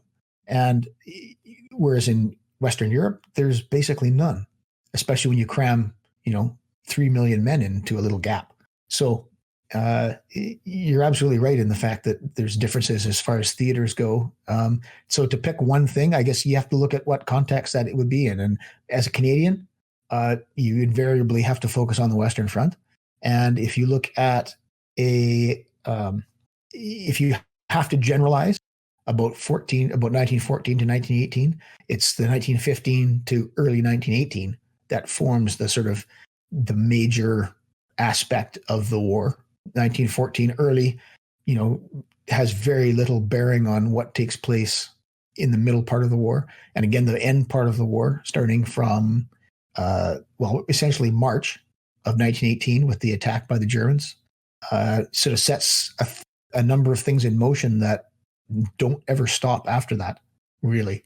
And it goes one way and then the tide turns, it goes right back the other way and it doesn't stop till the war ends. And, open mobile warfare begins again. But so if you have to generalize, it's that middle part. And I can't imagine there be a more effective weapon to have than an MP18 that engagement ranges are relatively short, whether it's across open ground, no man's land, it's still not that far. But when you do come to a point where you need to use your weapon, then chances are you're pretty close, like your personal weapon. Danny, I don't think you called that. So, but by nature of what it is, a submachine gun, then the capabilities it brings. Now, let's not talk about the technical aspects of the magazine and the manufacturing, capabilities of the Imperial Germany, all these other things that do factor in terms of its perhaps unreliability because of its magazine, or the fact that you only have one magazine with however many rounds it holds, 35 rounds or whatever it is, or more. I can't, off the top of my head, I don't know. It's a number, but to me, that's something that you'd be able to rely on, shooting up a trench at 50 yards or shooting up a trench at 5 yards, at bombing out bunkers and whatnot. Because when you actually look at it, the artillery, and again, the system of fighting in that middle part, the predominant part, trench warfare, let's just call it, it evolves staggeringly from 1915 to 1918. And you can't look at even that as being sort of homogeneous as far as the way things went. Techniques, I mean, the study of the Great War, especially in the British Empire context, is stunningly interesting to me, especially because of a lot of people who are looking at information again and are divorced from the emotionally driven context that has existed for so long that comes out of the 1920s and 30s with the war poets. And then is also really compounded by the 1960s and the attitudes towards war in general change in the 1960s. And so those two time periods really put a stamp on the Great War that, for worse, have clouded the reality. And I'm not talking about the reality of, incredible numbers of casualties and the horror and the suffering. And I'm not talking about that. What I am talking about is the fact of armies trying to fight each other to be successful in doing so.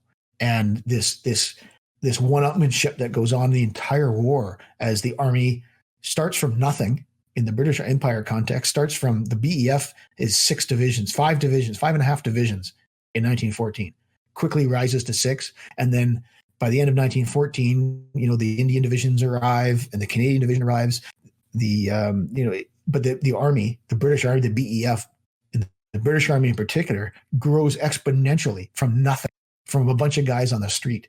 So you build this army with a exceptionally small amount of people able to train it, because there's no NCO. Like you're starting from an army that's 100,000 the BEF, and then you're growing it 10 times.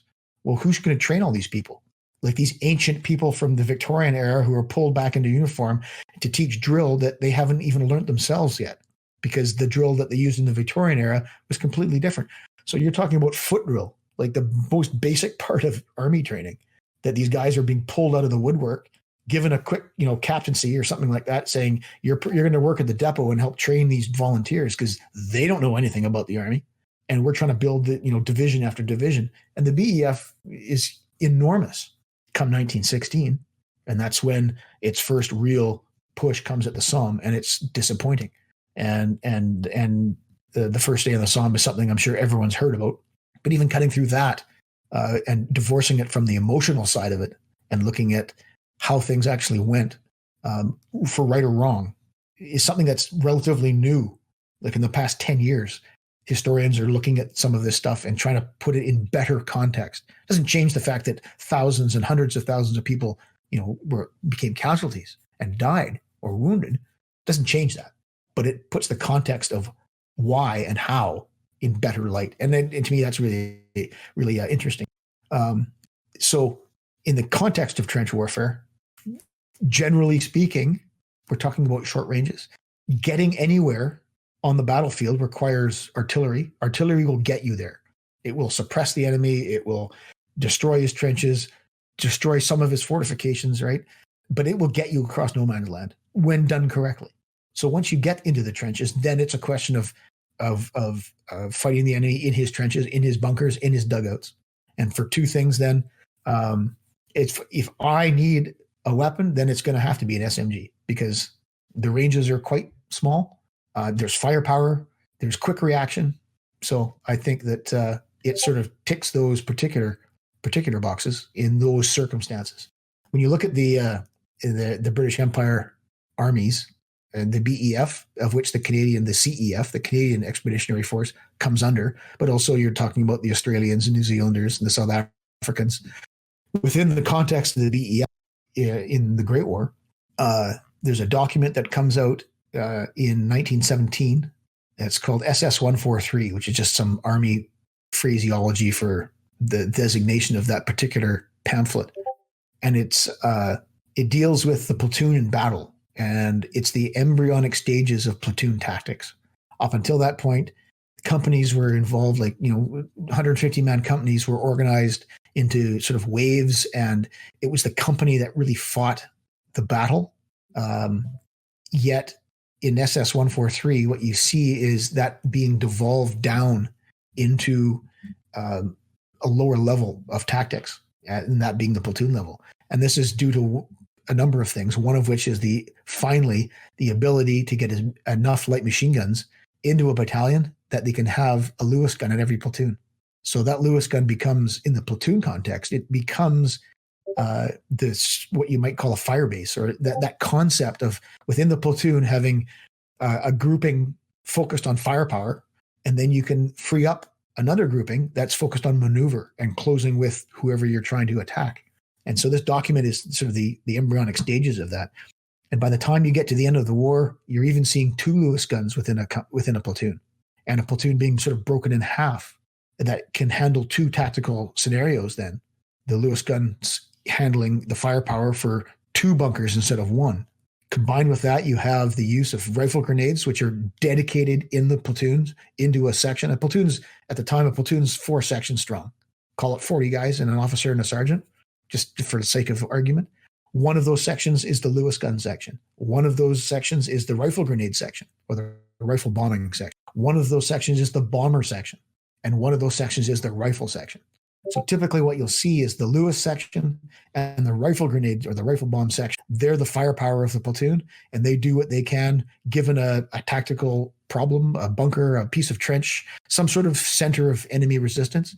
The Lewis gun lays down as much fire as it can. The rifle bombers then drop rifle grenades onto that part, and allowing the rifle section and the bombing section to maneuver and get close, throw their bombs, go in with the bayonet.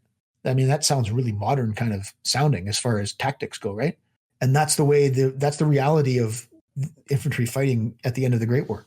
So again, unless you study it, unless you look at the documents and the anecdotal evidence, then you'd never really understand that. And you think it's just a bunch of people getting out of trenches and running towards machine guns, which it really was not, or walking towards machine guns, as some of the more extreme examples would have you believe. So it again, it's really fascinating to me to study that kind of stuff. But again, back to the choice of weapons, you have to generalize. Should have specified bolt action. Oh, bolt action. Okay, well then that changes things, and it would. What I'm familiar with is the SMLE. Then, if you had to pick a rifle, sure.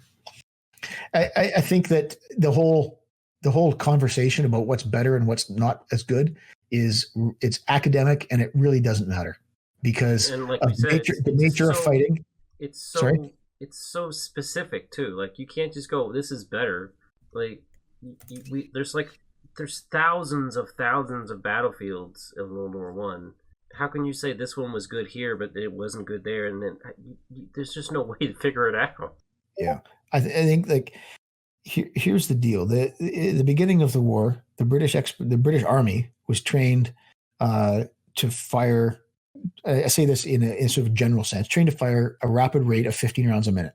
And where they had to qualify, or where they attempted to qualify, should clarify the wording on that, was at 300 yards. So 300 yards, 15 rounds rapid at 300 yards, and that's where the so-called mad minute comes from. Which is, I've done a whole series about it that is pretty definitive as far as putting things in the right context and what it means and what it doesn't mean, and cutting through a lot of that internet crap that's out there, because there's a lot of it. It has been better. I wouldn't say because of the series that I did, but because of the more general discussions that have been, I would say when I started that particular project was 4 years ago, and almost everything you read out there was just garbage, junk information based on misinterpretation and, third-hand information that was not looked at correctly and not processed correctly and not put in the right context and not weighed against any kind of reference. Now, like, you go to Wikipedia and there's a much better explanation of what a mad minute is than there was 5 years ago. And that's a good thing. But, that particular qualification and that particular range practice was shot with 5 rounds in the weapon, fired 5 rounds, loaded 5 rounds, fired 5 rounds, loaded 5 rounds, fired 5 rounds. So at no time did any of the training in the British Army, or British Empire for that matter, entertain the use of 10 rounds in a magazine. At no point. So that rate of fire, that so-called mad minute, that so-called the musketry capability of the BEF at the beginning of the war, is performed by the use of a weapon that, for all intents and purposes, has a 5-round magazine. And it is measured against other standards of other countries as being much better, which it was. There's no doubt about it. When you look at the German qualifications and all that kind of stuff, which my friend Mike has been able to look at, the depth of training, musketry training in the British Army was far and away better, more advanced, and it went deeper than any other country. So, would be a good thing. It became that way for a series of reasons, which are sort of immaterial at this point. But to pick, the SMLE over the Mauser, this is better because of the 10-round magazine. This is better because of that. Well, would I prefer to have 10 rounds in my magazine than 5 going over the top, going around the corner of a trench? Yes, that's irrefutable. However, you as an individual in the battlefield don't ever exist as such, or if you do, it's in very small amounts. That you're always with somebody else, you're always part of something bigger. And if it's really big, there's all kinds of things at play, like artillery and gas and all kinds of other things. So if you looked at, say, the battle at Le Cateau, which was essentially a delaying action, fought the second big battle the British fought during 1914, part of the initial stages of their retreat from Mons to the Marne. If they had been equipped with a rifle with a 5-round magazine, would they have collapsed any faster than they did? Because they basically made a stand. They took a big bloody nose in doing so, and then they were able to get away. And the common conception of that battle is that it was a delaying action and allowed the rest of the BEF to maintain its withdrawal and retreat back, rather than being stuck and being annihilated by the oncoming German army. Now, there's a little bit of wiggle room as far as that theory goes, as far as what actually was the case. But Smith-Dorrien made the decision to stand and fight, and he did. Would they have been beaten? I don't say beaten, or would they have been beaten, or would they have been beaten back, which are two different evolutions, faster than they were if they had a 5-round magazine in their rifle as opposed to a 10?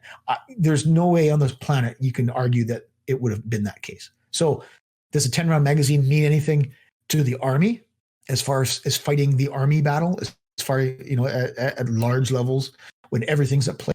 Very little. Does it matter to you going across no man's land and clearing a bunker? Sure. But when you go into a bunker and you've got 10 rounds in your magazine, you've thrown a bomb in, and then you go and do your thing, then if you had a rifle with only 5 rounds in it, would you be able to accomplish the same thing? Probably. So I think that when taken in the right context, I think that is a little bit academic. So picking a rifle over another one, there's so many other things at play that would make the situation better. Are you a better soldier? Are you a better shot? Are you better trained as far as the use of that rifle? So are you a peasant farmer from the Ukraine? Exactly. And how much training have you had, if any? Were you given this thing? This is how you fix the bayonet. Follow me. You've been mobilized and you've been in the army for how long? Like 6 weeks. Now you can goose step and you can sing a bunch of patriotic songs, and you know that you stand in line here with your buddies, and this is what you do. But now you're off to war, right? And in the British context, it's a little bit different. It doesn't happen so quick. And the army that does go into the field in 1914 is professional, paid professional army, not conscripted. They're all they're not long service, but they're not 2-year conscripts. That actually the BEF that goes into the field in 1914 is like 40% reservists who have been out of the army anywhere from like a year to 5 or 6, 7 years. So there's a lot of guys that have come back from Civvy Street that are, soft feet and soft bellies, and but can they remember how to shoot properly? Yep, they can do that. They just let's brush up on that. But my feet really hurt, and because I haven't marched for miles and miles and miles since I got out of the army. But I'm a reservist. Like you come out of regular service into the reserve, which isn't quite like the reserve connotation is today. Like you had a 20-year or let's say a 15-year service window. You spent 7 of those with the colors, and then another 8 of those on the reserve, eligible for call-up, essentially is what it is. And that's the way the Army goes to war in 1914. So again, it's not 100% professional specifically, because so many of them are reservists that get called back that were so regular soldiers, and some of that stuff you never lose, but they weren't in uniform the day before or the year before or the 5 years before that. So it's again, a lot of nuance involved in there. So your question is, I just go with what I'm familiar with, and that's the SMLE. And it's got nothing to do with national, it's a better rifle, and the British had the best rifle out there, and arguments like hunting rifles and sporting rifles and battle rifles. It's all just internet crap. Yeah. It really is. Exactly. If something jams repeatedly that the system of charging, is systemic, that it doesn't work, then that's an issue, right? I know that the Ross has a really bad reputation for that kind of stuff. And in the Ross that I have, I haven't done a heck of a lot of shooting with it. But the one thing that I do notice with it is that when you charge the magazine, it's a complicated magazine. It's got weird spring-loaded lips on it, and the charger goes in at a funny angle because of its orientation in the receiver, and it doesn't go in like an SMLE. An SMLE, just like flap it in there and it's in. But the Ross is, you got to like stand on one foot, hold your tongue on the side of your mouth, and pray for the best. Well, no, Matthias on Sea and Arsenal, Matthias on Sea and Arsenal did bring up too the point that, especially in World War I too, there was still a lot of issues with ammunition consistency, and yes, and that played into a fact of what happened with the Ross too, because they tested it with near factory perfect ammunition, and then when it gets to the battlefield, it's good enough ammunition, and it jams, and then they try to break it apart to get it open, and then that breaks the lugs, and then you get to the issues of it breaking everything else. It's a real study in like knock-on effects, isn't it? When you look at what may have precipitated the issue, and then in solving that one causes another one, and that in turn causes another one, which compounds the second one, and it goes. Yeah, it's a real fascinating story as far as an exercise in troubleshooting. The Ross rifle story, the book that Matthias references, I think Ian's done a couple of videos referencing as well. It's like the Bible on the Ross rifle, and it goes into extreme detail, like technical drawings. It talks about the changes that were made in terms of chamber reaming. They added 2 thou here, and they changed the angle of the shoulder in the chamber to this number of degrees, like increased it by 2 degrees. Like it's got that kind of detail in it. And looking at the diagrams, you can really pick out. It's not the best written book, but you can pick out, if you can find what you're looking for, then it's probably there. And you can see how they fixed it. So they realized that the ammunition was made to bigger tolerances coming out of the UK than compared to the sort of, let's call it peacetime, ammunition that was coming out of Canada that the rifle was designed for. And it's just simply that, is that the chamber was tighter. And so you put in ammunition that is in some dimensions bigger than the chamber, then it's going to jam, right? You're going to jam it in there, and then it's jammed and you can't get it out. So they realize this, and they go through the fixes, and they ream the chambers out to make them more accommodating to some of this ammunition. And then like Matthias, I mean, they do a great job at Sea and Arsenal, and certainly in terms of digestible kind of information for the public, it's a go-to place.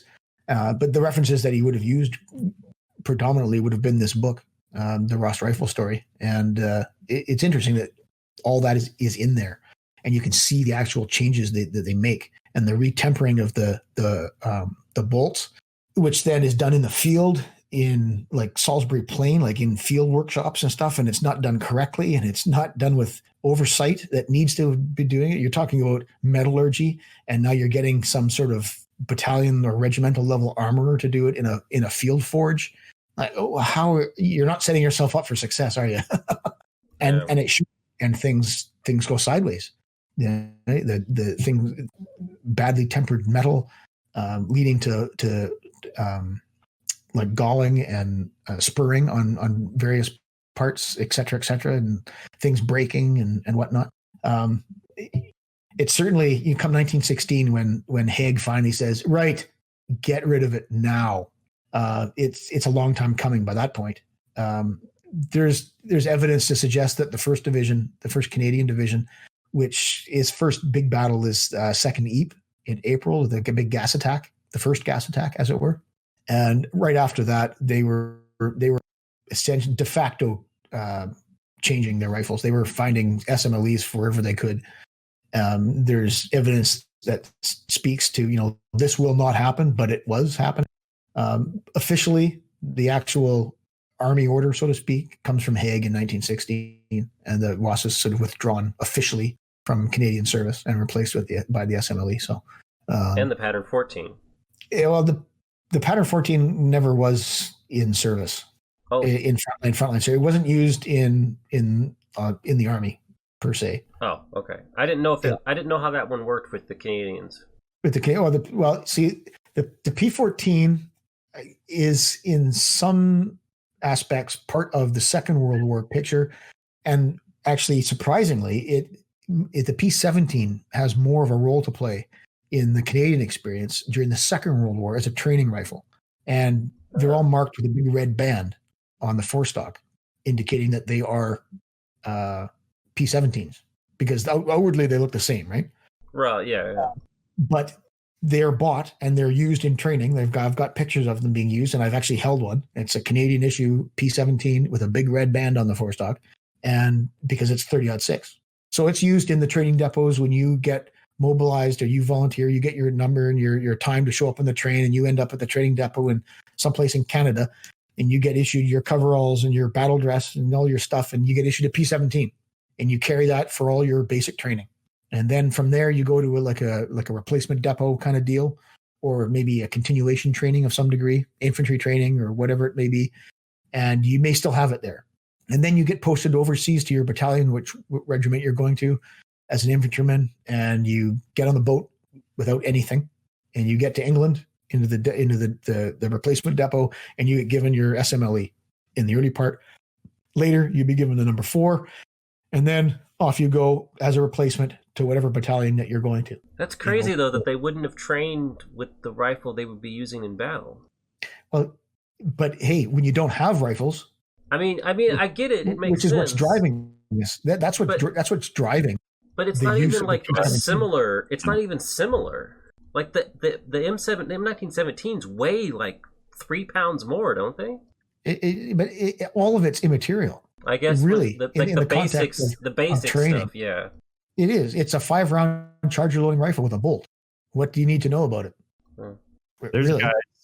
I mean, there's guys still alive now. U.S. veterans that went through basic training with an M14, and then once they actually went to theater, were issued an M16. Mm-hmm. That stuff just kind of happens. Yeah, I mean, I'm not military, so yeah, that makes sense. Yeah, for sure. It's something that, but again, what do? You either find rifles from anywhere. You don't want your frontline rifle in the back. Interesting point. You know where a bunch of Ross rifles ended up in the First World War? Take a wild guess. India. And bought by what army? India, I was going to say, but I don't know. No, it's a little closer to home. Oh, and the U.S. bought them, didn't they? Yes. Because a lot of the ones that I know here, because they used them for training, didn't they? They needed rifles, period. Right? Because when you're mobilizing millions of men, Canada is not in that context because we never had millions of men to begin with, but especially in the American context of the First World War, going from zero is like whatever the American regular army was in 1915 or 14. It was tiny, 30,000. I don't know what it was. It was very, very small. And all of a sudden you're going to put like 1 million men in the field. Yeah, you need rifles from wherever you're going to get them. And look, Canada has a bunch of rifles that they're not using anymore. We'll buy those ones, and we'll buy some from you and buy some from you. And whatever factory will pump out P-17s, we'll do that. And that's actually more interesting to me, is that the M1917 tends to get lost in the United States. Like a lot of the U.S. collectors don't really remember it until they get further into it. Like people remember the 1903 as being the World War I gun, but the M1917 was more produced and more used. Yeah, so it's like it's weird that I think it's just like it's left over from World War II is why people remember it more. Perhaps, and it's just also it's not American, right? Well, yeah. I mean, so in the collective mind, it's this is the crazy Enfield British rifle. But I mean, that's not something that, and I'm not saying that in a despairing way. I'm saying that would happen in any country. But see, the Krag is remembered fondly, and the Krag is definitely not American. Right, but it was the service rifle. It was something that was adopted universally and used at a certain specific period of time, and then replaced. That's fair. It was the service rifle for expedient purposes, right? Yeah, it wasn't like this is our main battle rifle. It's like shit, we need something. Right. So, I mean, as they say, it was used in Canada, the P-17 in particular, for training because there are no other rifles. Like our army is expanding, and all of the rifles that we had, I say this in a very colloquial, general kind of way, but everything we need needs to go to the field force. And now we got to equip and a training side of our army Well, we have no rifles, or we don't have enough. So what do we do? Like, you can't just make more, because the factory's just pumping them out right now. And we can't, there's no other place that we can buy SMLEs from, which was the service rifle of the day of the early part of the war, of course. Right. So what do we do? I mean, all of our SMLEs went with the divisions that have gone to England, right? The first, second, and all the divisions. So, and plus all the reserve weapons that need to be stockpiled to support that. Well, now we're short of weapons at home. We can't, we're trying to organize our army on a war footing, which means a constant parade of people through training, but now there's no weapons for them. So what do we do? Well, who has weapons for sale? Well, look, there's a bunch of P-17s in the States that they have, but they're 30-06. Whatever. We'll buy some 30-06 for them to shoot with. Whatever. Let's get them. Buy them now. Paint a red band on them so they don't get ammunition problems, like confused. Like, we need the proper ammunition, which is why the red band is there. And let's put them to use. I've got a picture of 3 guys jumping over. Maybe I can post it here if I can figure out how to do that. And jumping over a wall in training, and which is kind of a cool picture. And in Canada, they're at a Canadian training depot. And it's going to take me a couple of seconds here to go through and find it. Danny, what did you post? One's got an SMLE, one's got a P-17, or maybe it's a P4. I'll have to just double check. But they're 2 different rifles in the same, like, next to one another. Danny, what you post? Sorry? Danny posted a picture. Danny? Oh yeah, I posted a picture just that I wanted to talk to you about, Rob, because it's something that has not really ever been addressed in any way. But this is a still picture from it was a World War II training film. I think I know the film. It's on Path A, right? And it's the guy in the peak cap, and he's demonstrating how to load the rifle. Yeah, and I took just a screenshot there up close of the clip, just because of the orientations of the round. I thought was really interesting, because that kind of he's got it. Looks like it's asymmetric there, doesn't it? Yeah. Which I think Mike did a bit of work on that in terms of the ease with which the P14 charges, and it doesn't charge as easily as the SMLE. And he did. I just trying to remember what his conclusions were. But that's, I hadn't actually looked at it in that detail to notice that was the way the charger was. And I don't know if when I talk to him next, I'll bring the subject up, because it's certainly interesting. And that's not the way it's supposed to be done. Yeah, exactly. It's like my thought was, did they do this specifically for the P14, or did just some clips just get loaded this way? Did they just know, like, hey, it worked? He just happened to grab this random with this rifle, or well, the way the charger would be loaded is the 2 up, 3 down, or 2 down, 3 up, however you want to look at it. And that makes it universal. And that works just fine in the SMLE and the number 4. It just, the geometry of the magazine, it just goes in, the rims don't lock. Rim lock is a complete red herring with these rifles in the first place. I mean, it is complete red herring. I often say it's as big a red herring as the issue of black powder and Lee Metfords. It's a total red herring. It doesn't matter in the slightest, and it's nothing what you think it is, because service rounds, Mark 7 service rounds, have rounded rims. You can have every single cartridge in a magazine back, and it will chamber and fire if you hit it with enough welly. It will. And then a Bren gun might be a bit different because of the constricted nature of the magazine.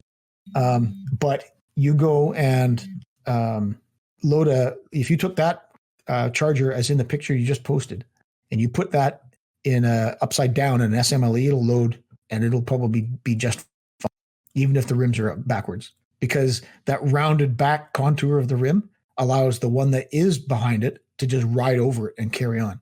So, anybody who talks about rim jam in the context of a Lee Enfield is, if you're talking about it in the context of its service life and its service usage, you're talking out of your ass completely.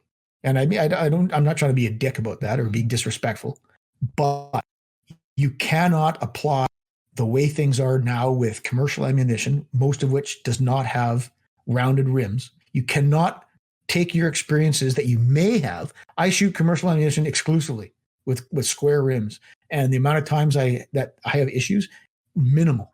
Does it happen? Sure. And you push down on the magazine and you reset the round and you chamber it and away you go. Or you just hit it extra hard and it rides over anyway. But in the context of service ammunition, it is a zero. So well, it you're just also isn't. like you're not using equipment either. Like your SMLE could be from 1915. It's not exactly brand new either. You can't. Well, of course not. You can't blame. And I'm like, I'm not disagreeing with you, Rob. I'm trying to agree with Yeah. you. I'm saying like, it's not necessarily a single issue. Like I've talked about this with Danny before on the podcast. It's like people like to focus on a single issue as being the main problem, but usually it's like a compound thing. Right. And like you can't just go, okay, it's this. If this system was so flawed, right? How, if it was as flawed as some people make it out to be, and I only say that because they're talking about rim lock and all this other stuff. If it was that flawed, if it was that bad, how could you go through 2 world wars with it? It just wouldn't be the case if it was such an issue. Because some people make it out to be like a horrible, jammy, like, how could Kennedy have been shot with a 6.5 Carcano because it's junk? Well, hold on a sec. Like, it's that kind of mentality. Well, he wasn't, Rob. It was the grassy knoll. It was kept in service that long because it wasn't an issue. Bren gun magazines were loaded by hand. I think there are machines that did it, but far and away, Bren magazines were loaded by hand, which means you take a charger, you whip the rounds out, and you put them in one at a time like you'd load any other magazine, one at a time.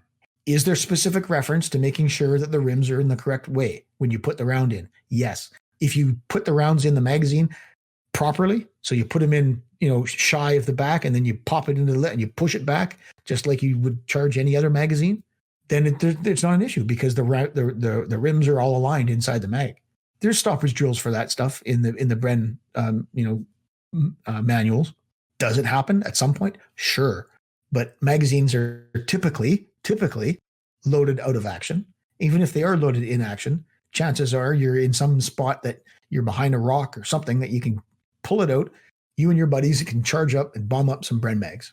So the whole issue of the rim lock thing is just it is a red herring. It takes people down routes that don't exist, which is sort of the definition of a red herring, right? I'm still trying to find that bloody picture. Rob, what would you say would be a deficiency of the SMLE? Like, why did they switch it to the number 4? Manufacturing. Simplicity? And the number 4 is a better rifle. Simplicity, is that really the big issue? Simplicity? Yeah, I mean, if you look at the way it's manufactured, there's a lot more angles on it. There's less, curves and round aspects to the receiver, or the body, as they call it. The barrel is different. It's heavier, so it's a better shooting rifle. It's a better designed rifle, and it's very much an evolution. It's certainly not a modification. Outwardly, it looks similar, but you look at the barrel of an SMLE. It's fairly like a pencil barrel. It's really thin, and it's actually bedded in a way there's like springs and plungers underneath it, putting pressure at certain point on the barrel, and that was done through development to make it shoot well, to make this thin barrel respond in a full military stock and make it, suitable. When you look at a number 4, it is supported at the breech end and it's supported at the muzzle, and that's it. So you can take a piece of paper and thread it under the barrel just in front of the breech, and you can run that piece of paper all the way up to the muzzle. And where the end cap is, just behind the foresight, there's about a 2-inch space in the forestock that it bears on the bottom of the barrel. So it's not free floated, but it's designed in a way that makes it better with that weight of barrel and the harmonics of that and the ammunition that it's designed for. That's the way it's done. Now there's other modifications that you can do that in a target shooting environment. And indeed, there's books about how to do it, where to bed it, where to beef up the bedding, and you put little pillars in it, like drill into the wood and insert metal rods and everything to make it stiffer and whatnot. I'm not an expert at that aspect of it, but it is a better rifle, and it's designed to be a better rifle. It's designed to be easier to manufacture, and it's designed to be a better shooter. The sights are better. Well, it's funny. It's arguably the way the sights are designed initially, they're better. It's got the battle sight and the flip up ladder, which are both peeps. So it's a very easy shooting rifle. A battle sight out to 300 yards, which is the sort of the limit really of by the mid, there's everything shot in terms of qualification out to 300 yards, except for one practice of 5 rounds at 500. But everything else is done at 300 and under. So when you look at some of the documentation in terms of where to zero it and whatnot, so the SMLE's got a more adjustable sight when you look at the Mark II sight on the number 4, which is just the 2-position flip, the 300 and the 600, which is the predominant type of sight used because it's idiot proof. And when you zero your rifle with that sight, there's a specific number of inches that your rounds are zeroed to at 100 yards, or 25 yards, or 30 yards. And it's all documented on, where your rounds need to be. And you, in that process, you can change out the foresight with a higher or lower post or blade. And then you can adjust it left and right to zero it. And once you're done, you're done. And then that out to 300 yards, you aim at a person, you're going to hit them because the point blank is far past that. It's a matter of, at 100 yards, you zero with, I think it's 4.5 inches high from your point of aim. I have to dig up the documents, but it's not that much. So you're telling me that 4.5 inches is not that big a deal in 300 yards. So it's obviously going to climb a bit higher at 2 and then drop it back to 3 and hit your point of aim. But it's just a better rifle. But it takes time, right? That the development of it happens and starts in the 30s. And then eventually it just, the war happens, and then, to retool everything, it takes time for that to ramp up. And so that's why you don't see the number 4 in any appreciable numbers until 1943. You see it late, you see it in Tunisia a little bit, but certainly not whole units. They're issued as replacement weapons. They sort of are phased in, as it were. But if your SMLE is fine, you keep your SMLE. Yeah, and that's the part that always got me, is that the number 4 is usually featured in World War II games, and it's it was into the end of the war, guys. Well, I wouldn't say the end. I mean, halfway. It comes in 43. When you look at any kind of Western Europe involvement, the first the use of it is in Sicily, and the first Canadian Division is armed with the number 4 not long before they get on the boat to go to Sicily. The British Army, the 8th Army, that is the overall organization in Italy and in Sicily, obviously comes out of North Africa. So you see the British troops in Italy with SMLEs. But then when you see the British Army land, and the Canadian Army for that matter, land in Normandy, it's all SMLE with some very small exceptions, which is an interesting point. And then I can't speak to the specific reference, but there are pictures of SMLEs in service in Normandy, and it had something to do with the fact that the SMLE obviously had an adjustable sight, and the number 4 didn't, because it had the 2-position 3 and 6. And so the context, I remember seeing the picture or the caption that came with it had something to do with sharpshooting and a more eminently adjustable sight. Whether that's correct or not, I don't know, but it's irrefutable. The picture has an SMLE in it. The reason why he's carrying it is, again, if you read the caption, it gives you a reason. Now, whether the truth to that caption, I can't reference it again somewhere. So, but interesting nonetheless. But, Northwest Europe is, if you had to say you need to pick the rifle of that you identify with that, it's obviously the number 4. And certainly when you get Northern Italy by 1945, those SMLEs are through wastage. They're being replaced by number 4s, except obviously in the Australian Army. Who never make any adjustment, and they maintain the number 1 Mark III until the very end. And that's simply because they just don't change their tooling. It's too much. I don't think, as much as an Australian might say, we didn't like the number 4, so we didn't get it. You're imparting a personal soldierly preference to it. Well, quite frankly, is very rarely the case ever. Right? It's always got to do with money. And I was going to say, Danny and I have always talked about this. It always comes down to money. Yeah. It always comes down to money. What's going to be cheaper or faster? Right. Okay, I'm going to see if this works here. I finally found it. As I've been yapping to you, there we go. Yeah, and it's a P. You see that? Oh yeah. It's like, There's 2 of them there. There's 2 of them. The outside guys have P17s, and you see the red band on them. Yeah, you can. That is funky looking. And then the guy in the middle's got a number 4. So these are guys in Canada in training. So this now, obviously, they're NCOs. Like there's a sergeant there and a corporal.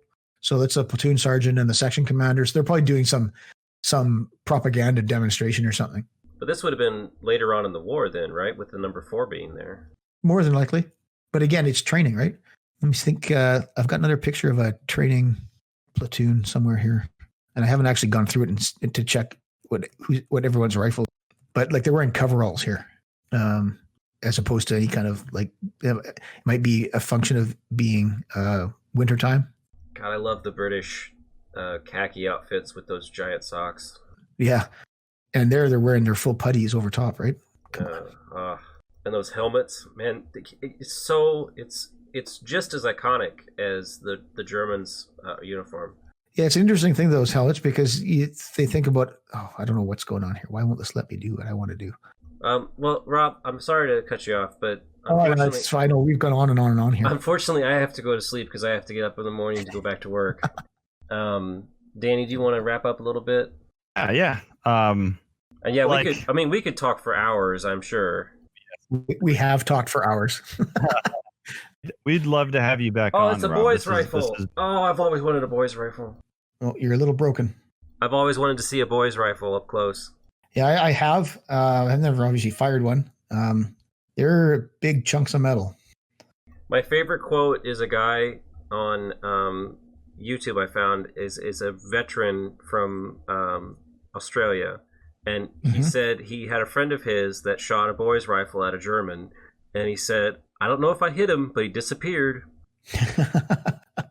Well, he probably would suffer grievously with a 55 cal bullet. Yeah, it's just, I don't know if I hit him, but he disappeared. There's an interesting anecdote about the boys in Italy. There's a battle that's pretty famous in Canadian circles called the Battle of Ortona. And it's on the east coast of Italy. And it was part of one of the main German defensive lines and anchored the eastern end of it.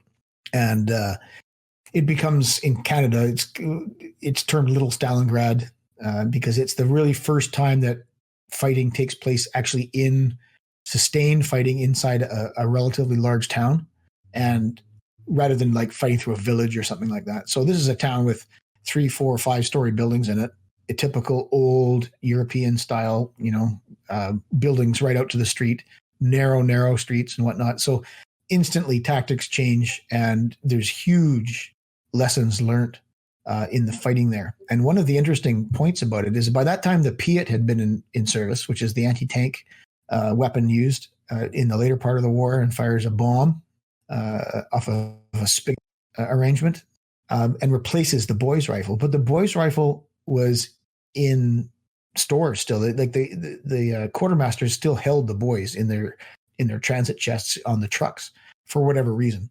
And they found that some of these old buildings, which would be the whole block would be surrounded by buildings, and there'd be a big gateway into the middle, like a courtyard. And they found, and this is just anecdotal kind of story here, was in order to, these locks are so big and heavy that they could use the boy's rifle to smash the locks and then run across the street and break in, because the object was to get out of the street, because that was the dangerous part. They had to get into the buildings or into cover, and to run up to the building and smash it with a hammer or something like that, or a sledgehammer, was not viable. So they brought these boys' rifles out of stores and set them up so they could shoot and break these locks, which is just an interesting kind of sidebar. Obviously not at all what the weapon was designed for, but after its long time obsolescence, it comes back for like an anti-materiel kind of application, much like it would have today. Yeah. Anyway, Danny, sorry for that. Oh, that's okay. Yeah. Okay. Well, I guess we'll wrap this up now here. We'll have to have Rob come back. Yeah, you're gonna have to come back, Rob. I feel like we just scratched the surface. Sure. I've had a good time chatting. It's not often that you get the chance to sort of talk about the subject on the channel, which is admittedly a bit of a niche topic in terms of the British and Empire 19th century stuff. But I don't know. It's I've had a great time talking to you both. It's been great having you on here. That's exactly what this podcast is for, because it's a pretty, military surplus is kind of a pretty niche topic, even within, the gun community, the firearms community. So we can get together and talk about this stuff. So sure. Great having you on. Just in case people don't know, Rob's channel, British Muzzleloaders, you have to check it out. Congratulations on 50,000. 50,000. Well, thank you very much. Yeah, kind of snuck up. I wasn't monitoring it until I looked at it one day and went, "Wow! You mean there's 50,000 people that are interested in this stuff?" It's awesome. Well, yeah, thanks for being on. Thanks for all of our viewers and for the Patreons that support this. And, we'll see you next time. All right. Sounds good. Thanks, guys.